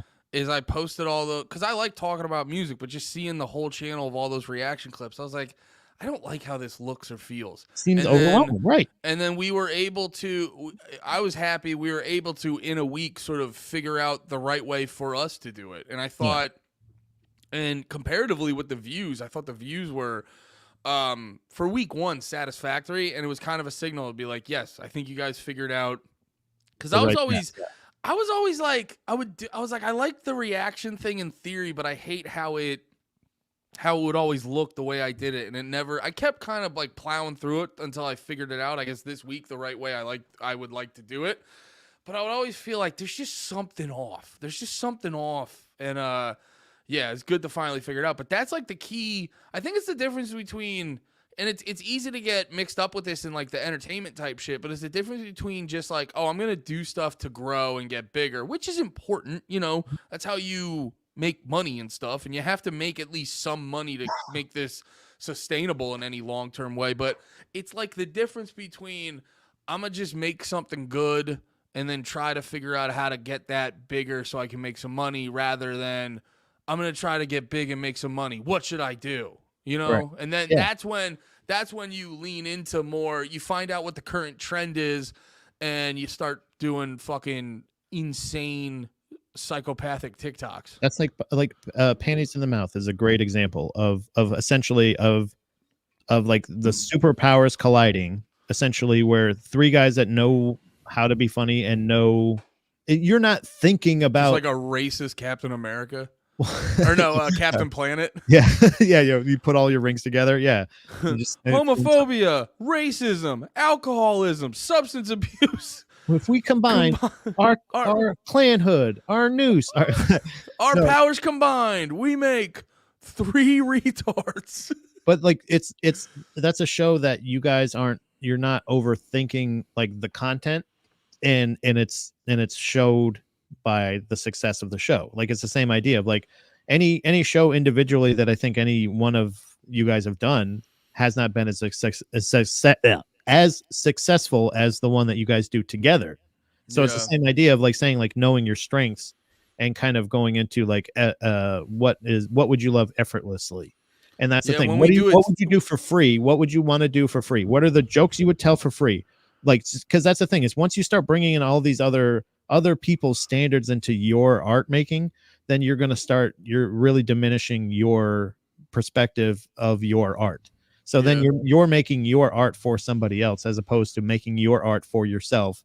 And I will say this with all honesty, and it's maybe this sounds like I'm a fucking egotistical guy, but just like you said about how we set up our YouTube channel and how you looked at it and you're like, it looks kind of cluttered, I don't like the way it looks.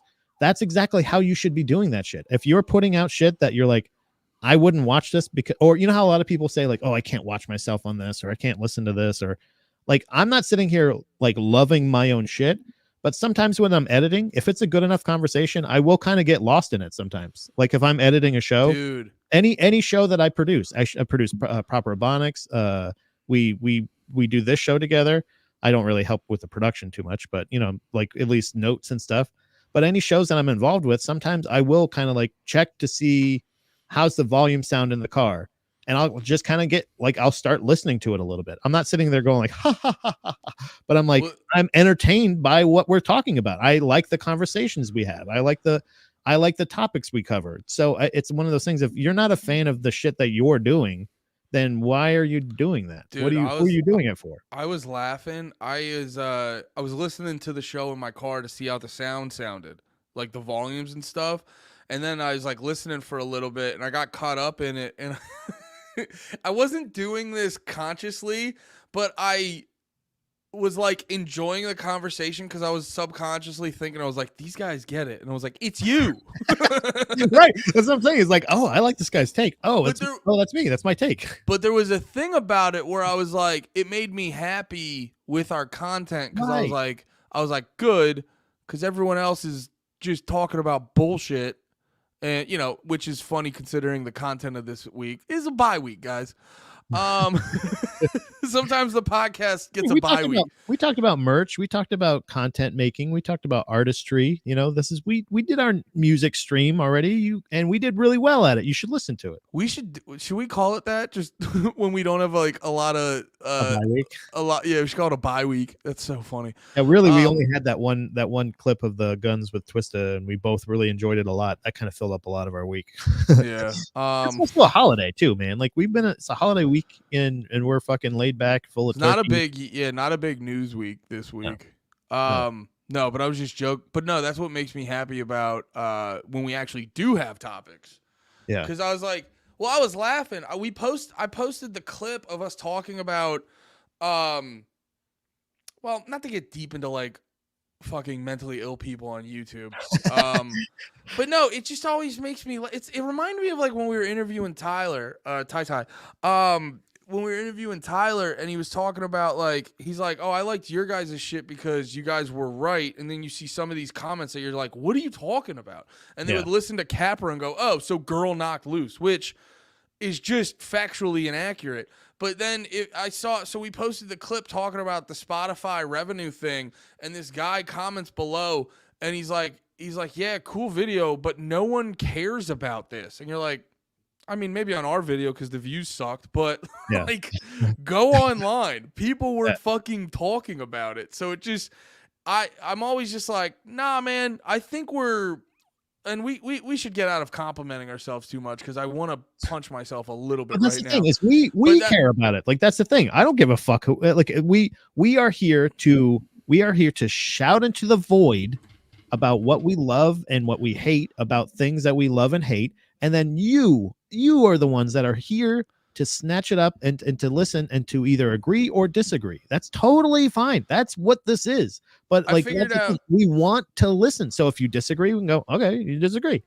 Or if you say, hey, this is really good, or yes, or whatever it may be. I figured out the proper way to phrase what I was trying to get across is I realized like whenever I always like to find the main, like whatever the topic is that week and just be like, what's everyone kind of missing on it, and be that entity where we can sort of fill in the holes of just been like, I feel like you guys are missing the bigger picture. And I thought that's what we did with like the Spotify conversation, is like, you guys are missing the bigger picture on the more important conversation and stuff like that. So that's what I try to do. And I don't know.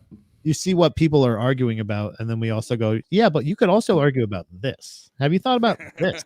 There's also this part. Because like you said, that point that the person brought up about when the guy was shooting the gun and he said he was off time. Yeah, Tony says, I depend on you guys to fill my holes. Well, that's what we're here for. Do you know what I'm saying? Come to a live show and we will fill your holes. That's what we do in our 5 to 9. You know what I'm saying? Yeah, I just want to be able to be a podcast where it's like you don't have to just hear the same fucking thing everyone says. Dude, the thing, yeah, exactly. And that is also and for sure, and not on purpose and not in any kind of phony manner, are you going to get the same old here? Like if you're going to get the guy who's watching the Twista video going, what a waste of bullets. You know what I mean? Like who's paying for all these bullets? Like, do they recycle bullets? Sure, it may be a stupid corner or a stupid path to go down, but that's the thing. We're stupid sometimes. Yeah, and you're not gonna get the same thing every week here. So anyway, let's talk about the Many Eyes T-shirt thing for the 10th time. I feel like we resolved it. I feel like we can not lay it to rest. It can still I have no problem joking about it. I was over it after the first episode. No, you were not. As a man who gets over nothing, I was on that one. I stopped caring the second the episode was over. That's what you're talking about without me around. I like being mean about my friends. That's what it was more about. Andy, and I thank you for that. This is Stanley. This is Many Stanley Eyes. Yeah. Kitty cat. I'm brushing my kitty cat. I'm just busting your balls, Pat. There's no one I'd rather talk about the same thing over and over again with than you. Hey, I don't hear any complaints, you know? Well, actually, I read them. I read them online. You need people listening to hear complaints. Yeah. Nah, there's people listening. You guys fucking rule. It's a small army of us. Ooh, that's what we should. You know how we call our fans we call the podcast Danzig Era Misfits? Yeah. Do you want to just steal a fan base? Yeah, let's just do that. Let's just call our fans the Kiss Army. Oh, okay. Yeah, they're about to retire anyway. Yeah. You want to just steal Kiss's fan base? They're not going to use it anymore. That'd be fucking sick. Welcome. Okay. All right, let's start the podcast over real quick. Okay. See you guys. Hold on 1 second.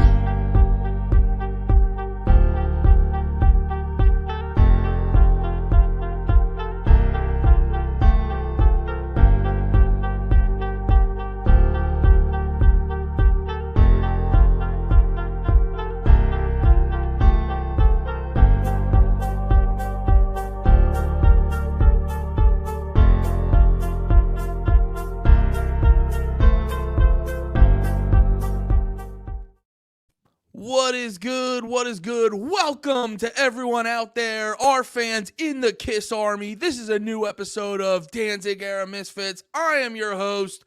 I forget the dudes in either of those bands. I was gonna say like Gene and then Gene Wilder. Gene Wilder.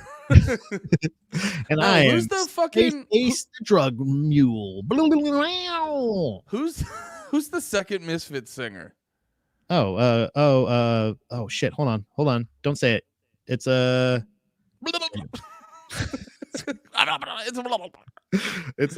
damn it. It's not fuck. Brian. It's like Brian something. It's something lame like that, right? Isn't it? There's Glenn Danzig. No, but he's got a spooky name. No, he doesn't have a spooky name. It's like yes, he does. No, Pat, he does. I'm reading it right here. It's a little Michael spooky. Graves. It's Michael Graves. Spooky. That's pretty spooky. It's Did I get it right? Graves. That's Michael Graves, right? Yeah. It's Graves, and Michael's kind of Italian, and they're pretty fucking stupid. This is why I don't think you're gonna. I'm gonna give you two takes right now that they're gonna lose some Kiss Army and they're gonna gain some Kiss Army. Okay, Well, so I heard you about to say Dragons. We can't get rid of Dragons. That's too good. So can I still call them Dragons? The Dragons of the Kiss Army. 100. Yes, the Kiss Army Dragons. That's how we don't get sued. They are the Dragons of the Kiss Army. Yes. We got specifically the Kiss Army Dragons. Yeah. So they so this is. Do you mind if I play my video game? Yeah, you go ahead. Is it calling to you? Just while you're talking. There is my favorite. One of my favorite. You know what? My favorite Misfits album is the Michael Graves led American Psycho. I believe that's the name of that album, but it's Okay. I love Michael Graves era Misfits equally as much as Danzig era Misfits. And let's just span this out to let me alienate myself from more of a fan base. I love all of the Planet of the Apes movies equally. Every single one of them, I think, are as good as the others.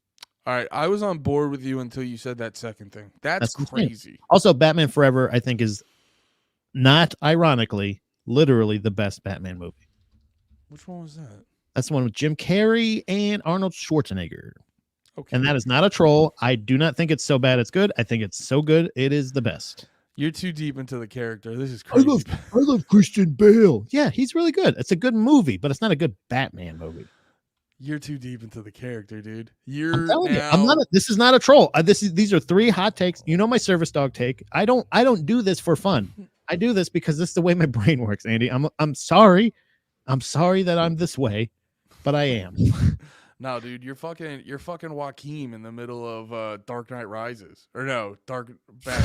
Which one was it? You're too deep into a character. Who's in that one? You know what I'm fucking saying. No, I don't. Oh, did I say Joaquin? No, Yeah. wrong Joker. Calm down. Ron Calm Jeremy. down. You're laughing too fucking hard. You said that. I was like, hey, who? But it was the Joker. Who's the one who the Olsen twins killed? The Olsen twins. I'm being ironic. Get the fucking joke. Ironic. I don't know what the fuck you're talking about. The guy who played the fucking Joker, the most famous one who died because the Olsen twins were like, "Yo, dude, drugs rule." Jack Nicholson. Cut it the fuck out, pal. Cut it the fuck out right now. Heath Ledger. Just say Heath Ledger. Heath Ledger's. There we go. Thank you. It's not two. It's just Heath Ledger. What? You said Heath Ledger's. It's Heath Yeah, Ledger. me and Heath Ledger's were at the Wawas. Listen, dude. Oh, well, you got it. Tony, you got it. Thank you, Tony. Way to be late, dude. I forget what the point I was even trying to make. That's the best Batman. No, it's the best movie. The Dark Knight's the best Batman.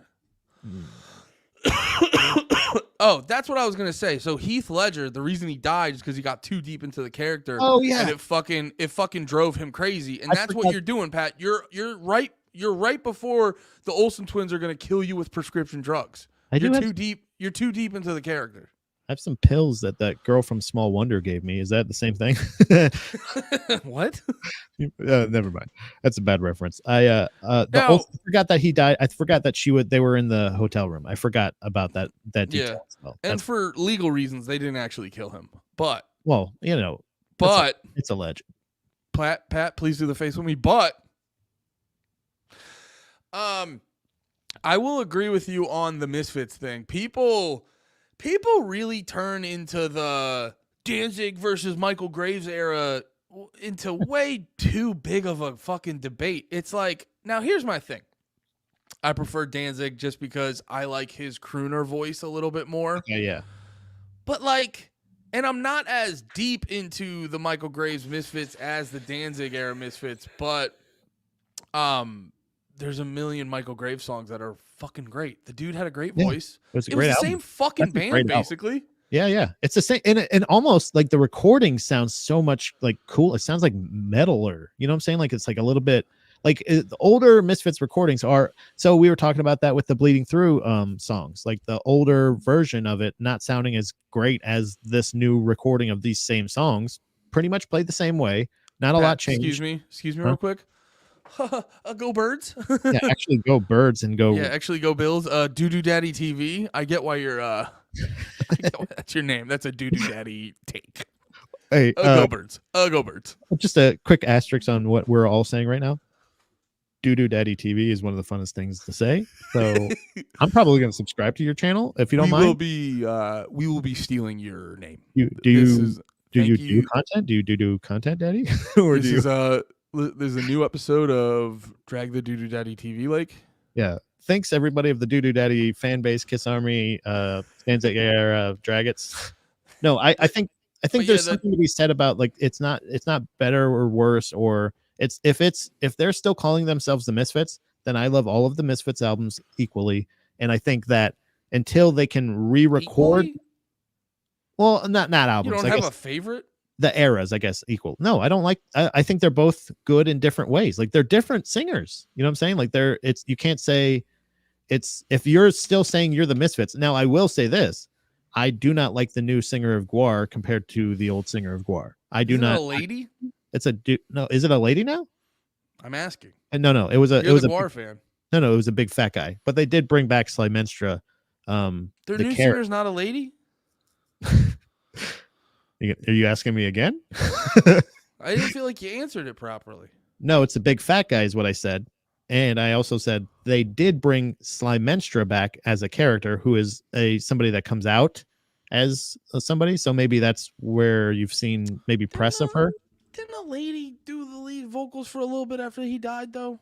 No, it was a big fat guy.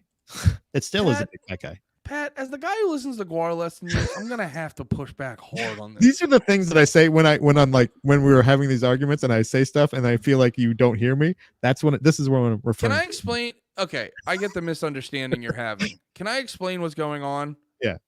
What I'm doing right now. So me, I have very little emotional investment in this conversation. Safe. So I'm gonna act like a goddamn son of a bitch. Yeah. Because it doesn't to matter. Quote a Misfit song, right? So I'm gonna. You are a goddamn. To quote a Misfit song, you actually are a goddamn son of a bitch. In this current moment, I actually am a goddamn son of a bitch. Right. You better. I know about it, baby. So I'm not gonna try real hard to like make sure I'm right. or Oh. wrong. Put those weapons away, buddy. Wait, hey, I didn't know you're armed. So I don't want.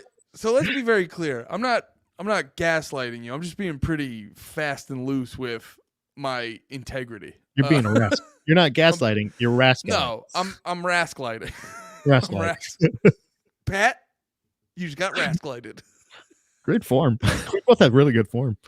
Because here's the thing: if you would have proved, but also too, I think I'm right a little bit. Like, didn't they have a girl lead singer for like a minute after the dude died? Andy, I'm telling you right now, no. It was a big fat guy. That's the only guy that they had replace Odorous. What's her name? Slymenstra. Slymenstra. But yeah, I'm not gaslighting you. I'm being stubborn.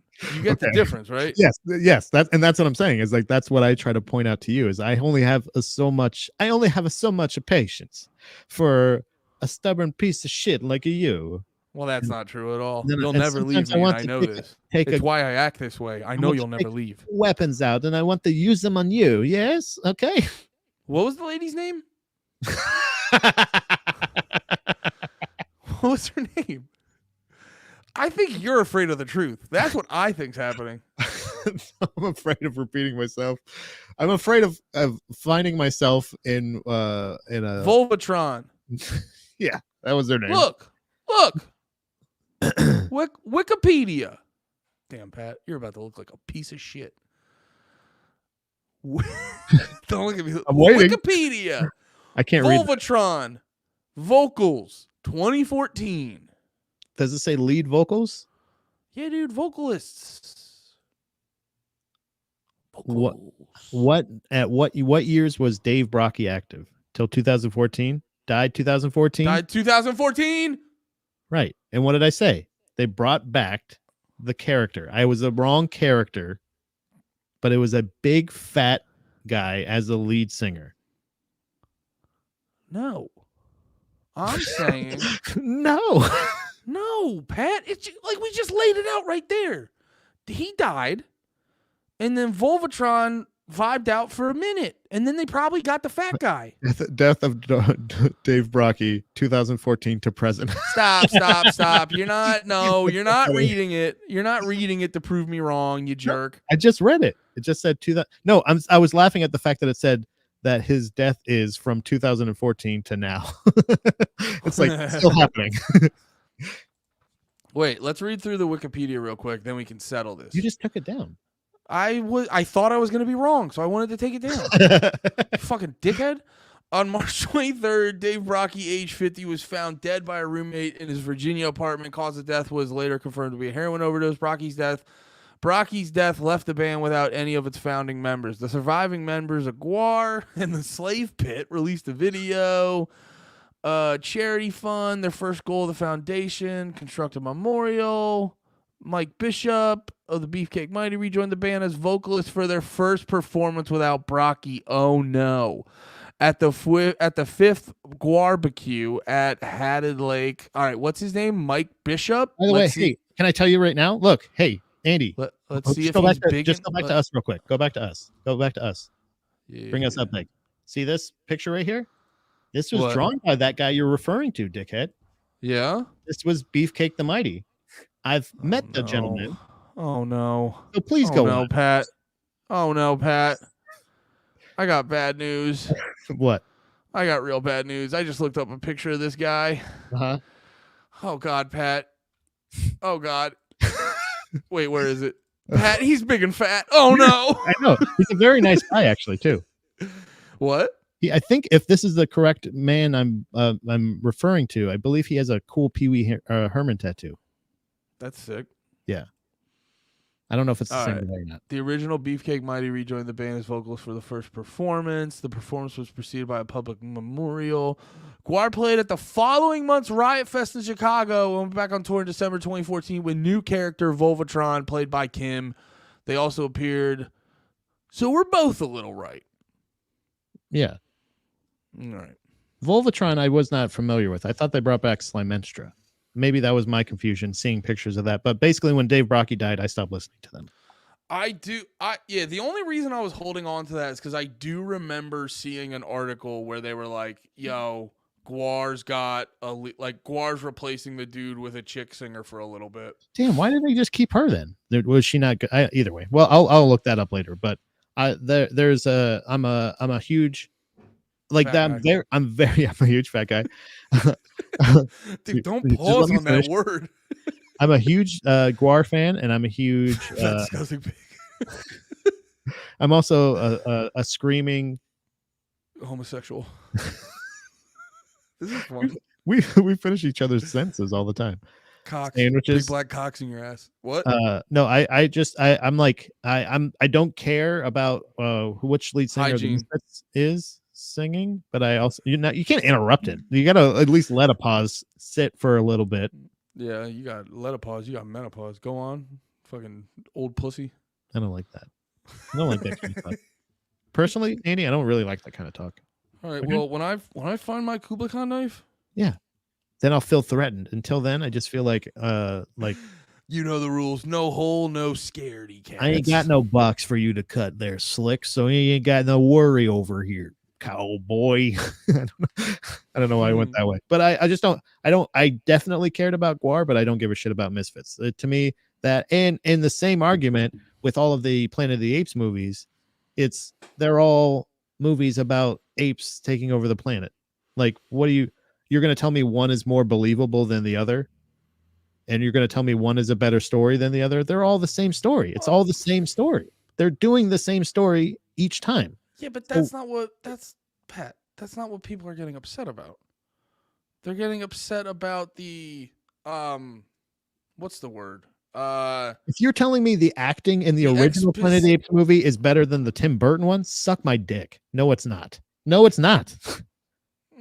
I mean, Charlton Heston is better than Mark Wahlberg. Get the fuck out of here. Well, Mark Wahlberg is the greatest horrible actor to ever exist. So that's crazy, Pat. He's a terrible actor. But he's in a talking monkey movie. Do you know what I'm saying? Like, let's have a little perspective here. If we're talking, and the same thing with the Batman movies. I like the Batman movie that's the most believable. Can I say this? Well, this is my whole thing about you, dude. It's you grade these things on weird scales. It's art. It's subjective. I'm grading it on my subjective view of it. It's weird. Why? This is what I'm trying to tell you. It's weird. You're way weird. You judge. Okay. That's why we do a podcast about obscure hardcore music. We're both fucking weird. We figured this out about each other and that we could do the show together because I truly enjoy these conversations. This is the best part of I don't know why we're talking like this. It sounds like we're arguing, but I feel like we're agreeing. I'm in a loveless marriage. I need you. I like that you look. I love her so much. We had sex the other day. Nice. Fuck yeah, dude.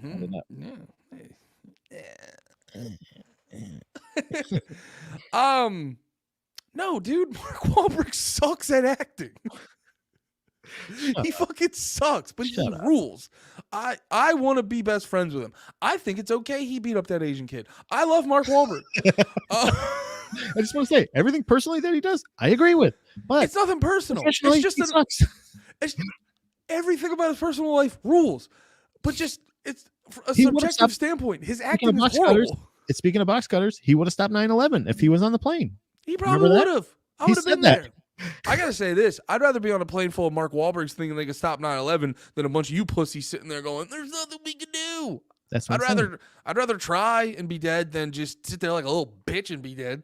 Right. So if you're on a movie set, who do you want to be in a movie scene with? Somebody that's going to save your life if shit goes down, or somebody that's going to run away like a cowardly actor? If I'm in a movie, I want to be with Charles Bronson. If I'm at the bar, what was his name? Charlton Heston. Charlton Heston.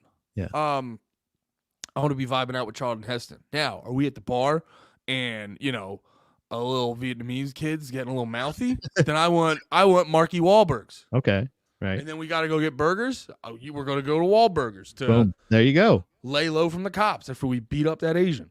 He's got everything you need. That's what I'm saying. He's got the acting prowess. He's got everything. And then the newer ones, it's just cartoons. It's just a bunch of animated stuff with monkeys. Did you see the new Planet of the Apes? Yeah, they're great. I love them. Yeah. But you're still going to say the Tim Burton one's better. I love it. I saw it in theaters a couple times. The difference is execution, Pat. Sure. You're gonna be like, oh, really? You're going to make me believe? both flawless. There's really a Planet of the Apes. You can make me believe that. Both of them. Well, they tried to do that with the first one, didn't they? Because remember at the end, spoiler alert, everybody, if you don't want to know the end of the original 1960s something or other, Planet of the Apes. The Earth is full of apes. It was actually the world. How's the statue or whatever like that? Yeah. Holy fucking shit. Abe Lincoln's a monkey. What? That's what I'm saying. That's that you get down to that point and you're like, hey, it's all fucking silly. It's all silly and it's all fun. So if you want to take any of them seriously, take them all seriously. Same thing with Misfits, and same thing, I guess, with Gwar, because honestly, we had to check our privilege right there, buddy. There was a woman leading that band for a whole year, or at least a half a year, and we didn't. You were the only one that acknowledged me, and I want to thank you for helping me grow and progress. Acknowledge you? Yeah. Sorry, I'm really distracted because I found an article that says Mark Wahlberg racist hate crimes. The full list of actors racially. I'm like, yo, there's a list. I didn't know Mark Wahlberg had a couple offenses. I thought it was just you said the Asian kid. Was there multiple Asian kids? Because that was the thing everyone always brings up occasionally. Like if Mark Wahlberg gets too famous, is he out here Gran Torinoing all over the place? Oh, it's my favorite bit to do. Gran Torino? Yeah. Because that movie, Gran Torino was just fucking Clint Eastwood's excuse to say all of his favorite slurs a bunch of times. Dude, I found out. All jokes aside, I looked up a lot of those slurs, and holy shit, dude! I gotta tell you, cut slurs, dude. They're specific. They're almost like specific times. Like it seems like they could almost be credited to people. Do you know what I'm saying? Like it seems like there's like a time. So specific. Yeah. There's one. I don't know if I mean I could say it, right. It's a where the zipper head. Oh yeah, that one's not as like it's not race necessarily driven. It's because of the fact that the tanks would run over the bodies and it would look like they had a zipper on their head. But it did turn into like a slur, I think people would say. They were fighting the Asian people at the time, so it kind of just got credited to them. Oh dude, go back and watch old Charlie and stuff like that. Go back and watch old Disney cartoons, dude. Like whoever we're at war at, you can be so fucking racist to them. They're just like, yeah. I know what you're talking about. It is kind of crazy to sync that up with that. Bro, there's like old Disney cartoons where it's like when we were fighting, because they had to get people, because they had to be like, all right, we're trying to bomb like 100,000 of these Japanese. How do we get people to be chill about that? And then they make all these Disney cartoons where it's like Donald Duck and a Japanese guy, and the guy's like, oh, and he's got giant teeth and all that shit. Yeah.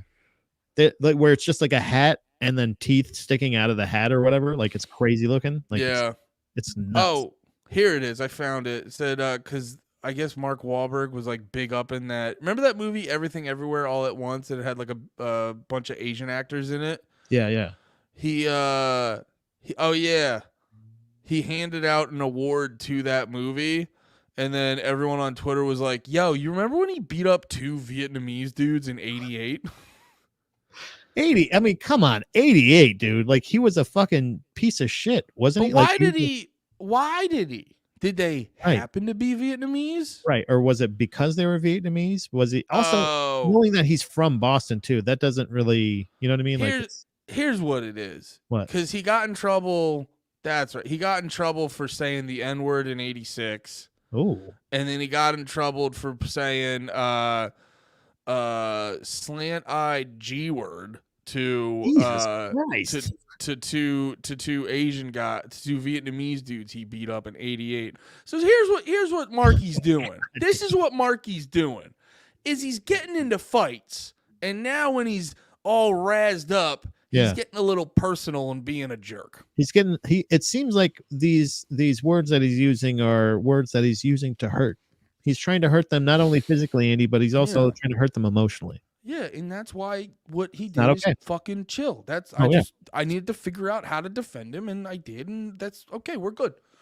But those are still the only ones, right? I pray to God. was he famous in 86? I can't remember if he was like big in 86 and 87 or 88 or whatever. Like, because then that would be even worse, right? No, I think he was. Would that be better? I think. I mean, it's if we're gonna use the word better, it's not better that it happened, but Yeah, As what's a the best case scenario to call somebody what was as a it? man who wants to justify Mark Wahlberg's racial insensitivities, Yeah. it's better he did it when he was a teenager, because I think that it said in '86 he was like in '86 he was 15. So, 15-year-old in Boston in '86, you're Yeah, not but allowed. I You're not like, feel like it's gonna be a harder time to find a kid that's 15 at that time that didn't say that. dude, You know what I'm in saying? Boston, Yeah. in '86, like, you go to church, you do confession, they make you say like 3 Hail Marys and 2 N-words. Like, you just have to say it. It's like it's part of communion. Yeah, they're like, Yeah, so that's obviously they go, "Do you want the completely. body of Christ?" They go, "It ain't chocolate, is it?" And they put it in their mouth. That's like literally it's part of it. Like they're like, "Is it pure?" It ain't chocolate. You know what I mean? Like it's one of those. Like, it's just part of it. And again, it's not saying it's just it was a different time. And like 1986, 15-year-old Boston, Massachusetts, Mark Wahlberg, all hopped up. He's probably still had the body he did when he started putting out all that music. You know what I'm saying? Where he's all ripped and shit. So he's probably on testosterone. What was his hanging out with song? Feel the vibration. Was that? That's what he says. Good vibrations. That's right. We got to figure out when that song dropped. Right. So like, Because if that song dropped, did he get that famous song's- from beating up the Asian kids? if You know what that I'm saying? song dropped after 1990, Yeah. then he's cleared of all crimes. So you're saying next? So if he's getting gold records in the next decade, and there is no reported Asian hate or beatings, then then he's clear. He's all square. What My year? book. In my book. Did we find out? 91. 91. Okay, we're good. Completely relieved of all charges. Although he did really get hyped up to, he wishes that he was on one of the planes in 9/11 just so he could beat up Arab people, or do you think to save America? Now he's masking it as patriotism correctly. I'm guessing Save America, but with this track record, who the fuck knows? He said, "Oh, there's a couple brown guys. I would beat them up. I'd take the box cutter, and I'd stick him up his ass, and I'd steer the plane, and then I'd land it." Hey, Pretty Mark, good Wahlberg, right? Mark, if you need anyone, I'm ready. I'm ready, Mark. You fucking slut. All right. Florida man Pat. Just to be clear, it's to stop terrorism, not just beat up brown people. Right. I figured, but it's just a win-win for him, I think. Two birds for him. That is kind of crazy though to bring up stuff from 1980s, especially if there was like, to say that is wild, but like if you're getting into a fight with another race at that time, I think it's like, again, like you said, in Boston, you have to bring, if you're from the other side of Boston, you have to say, "You fucking South Side fucking trash piece of shit motherfucker." Like you have to find something to hate them about. So like if it's you have a different ethnicity, it's probably a lot of that. It's going to be that, like whatever's on the forefront. If you're deaf, he's going to be like, "You fucking deaf piece of shit." Like he's going to learn sign language just to call you a piece of shit. Well, it's also a thing of like, yeah, it's like I feel like it's the difference when you bring that stuff up.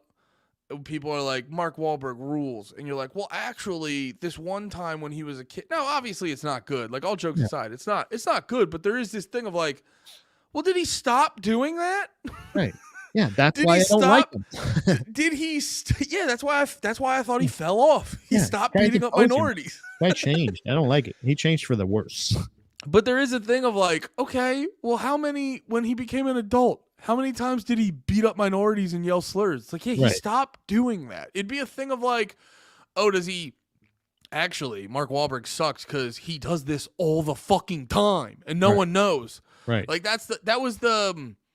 I don't know if this is a perfect example, but that was like a big part of why the Harvey Weinstein or the Bill Cosby thing was so bad. It wasn't just that like, oh, he sexually assaulted a girl one time. It's like, no, he does this all the time, constantly, and no one says anything. Yeah, this is his thing. Yeah. Like it was exactly. Yeah, it wasn't like an isolated incident. It wasn't like did you know that there was a brief time where he had a pretty questionable character? And you're like, yeah, well, again, 15 years old living in Boston. I think, again, I can't stress this enough. It's going to be harder to find somebody that is not racially insensitive in any race, in Boston in 1986. It's going to be very hard not to find that. So I think that given the circumstance, it doesn't make it an okay thing to have happened, but it was one of those things of like, of that era, you have to give that time the consideration. Yeah. Like if he was like, hey, every Saturday I go to an alley and I'm trying to find an Asian family to beat the shit out of and call them racial slurs, then yeah, you're right. It's systemic. That's a problem. But it's like, if it's like legitimately, if he's just like, hey, this one time, I think that was the same thing with, remember Liam Neeson?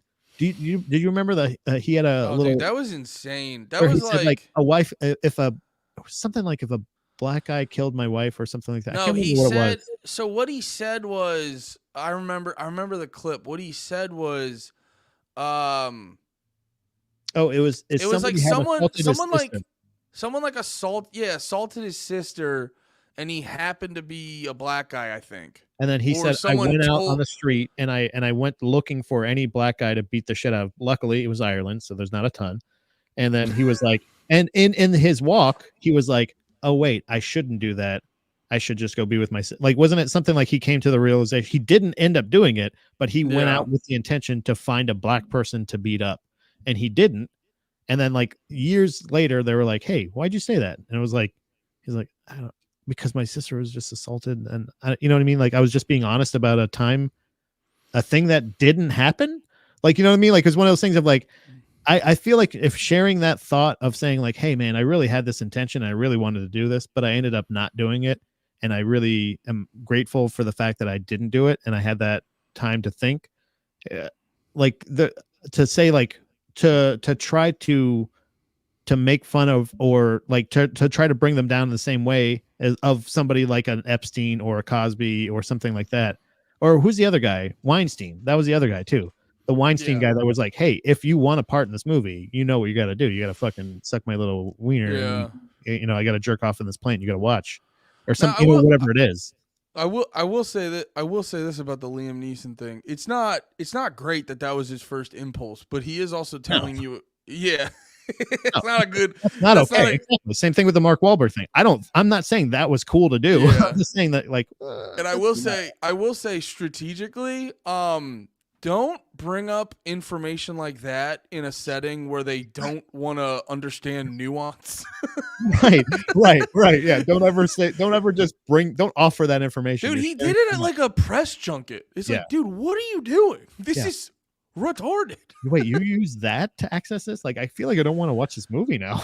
Yeah. But yeah, it's not a good impulse to have, but I will give him a pass on the fact that it's like, you are being incredibly vulnerable right now. Very vulnerable, very honest, and also you're fully acknowledging how bad you felt about that and stuff like that, and how wrong it was. Like, he even says, like, I can't imagine. He's like, I can't even picture feeling that way again. Like, he's like, I can't put myself back there. So it's like, it's one of those things of like, oh, that's a good point. I forgot he said that. He's like, I can't even. That's a whole. Didn't he say some shit where he's like, that's a completely different guy? I don't even remember. Right. Like, it was a different. It was. I think I don't even know if he was an actor at the time or anything like that. It was just one of those things of like, again, a young guy, and not to just paint the Irish with the racist brush, but like, he's an Irish guy growing up in Ireland in probably the 70s or 80s, where there's probably not the biggest, you know, inclusion movement happening. I'll put it this way: when you don't grow up around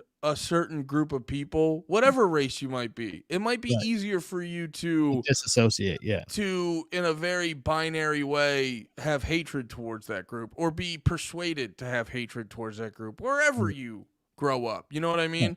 Like, if you never grow up around any white people, you may be subjected to a quick hatred towards them. You never grow up around black people. You know, it's not right, but it's human nature. Right. And that a lot of that is, and again, like you said, if you can't even be honest about something like that, where you're like, again, why would you, unless that subject came up, but it was like one of those things of like, why would you just offer that information? But also, like, the fact that you offered it is kind of one of those things of like, cool. That is the part that makes me laugh even more. It's just like, damn, dude, you really lack a lot of self-awareness. Just like, You Yeah. lack the necessary self-preservation. It's like we can debate right or wrong or this institution is bad but you're like, dude, in that moment, have a little self-preservation. Yeah, nobody's gonna say, yeah, share that story where you went hunting for a black guy. Share that one. Ooh. Share that fun little tidbit that you said. Remember, your sister was assaulted, and you were just like, "Oh, what black guy was it?" Oh, you know what? You know a great way to sell Taken 2? If you talk about that time you wanted to do all that stuff you did in the movie to a black guy. Tell that story, Liam. Exclusively to black people. Remember that where you had a white guy in your arms, and you were like, "No, you." I'd rather a black guy. I'd rather beat you up, boy. All right. Well, this has been fucking good. Thank you for hanging out with us on the bye week. I think some of these are good. When it's low on stories, maybe we need more bye weeks. Yeah, a little bit of P, a little bit of V. We're buys here. Yeah, You like both of them. Give us a hole. Give us a hole. Yeah, give us a whole. We appreciate everybody sticking around in the chat, hanging out, helping out in the comments. Make sure you like, subscribe, tell your friends, anybody that likes music. If you like the new music stream, like that video, tell us some other new music to listen to, because even that's a little dry too. Again, it might have been a holiday. Maybe it's strategic. It wasn't super dense or anything, but I feel like I really did like this, even though a lot of it wasn't necessarily brand new music, but it was re-recorded music from old. I enjoyed it. I liked it. Yeah, look out for those. We're gonna be doing that instead of too. We're gonna be doing that in this episode. Ooh, baby. All right. We're gonna be doing that a lot more than Jesus Christ. Now I'm gonna go around town. I can do things on purpose to annoy you too, Andy. Now I'm gonna go around town and hunt people that look like fat Floridians. Look for a fat stoner that's a hippie, but he's kind of shitty at it. Oh, he's got a whole box of donuts. I'm going to kill him. We're going very pirate. Never mind. I calmed down. I don't hate fat hippies anymore. You look very lovely, Pat. But yeah, we're gonna be doing that. Don't look out for the new music streams and shit like that. Look out for. I figured out how to do dope thumbnails. Look out for better thumbnails. Look out for this dick up in your ass, guys. Jesus. Thank you. Sorry, I'm sorry, dude. All right, later. Have a good one.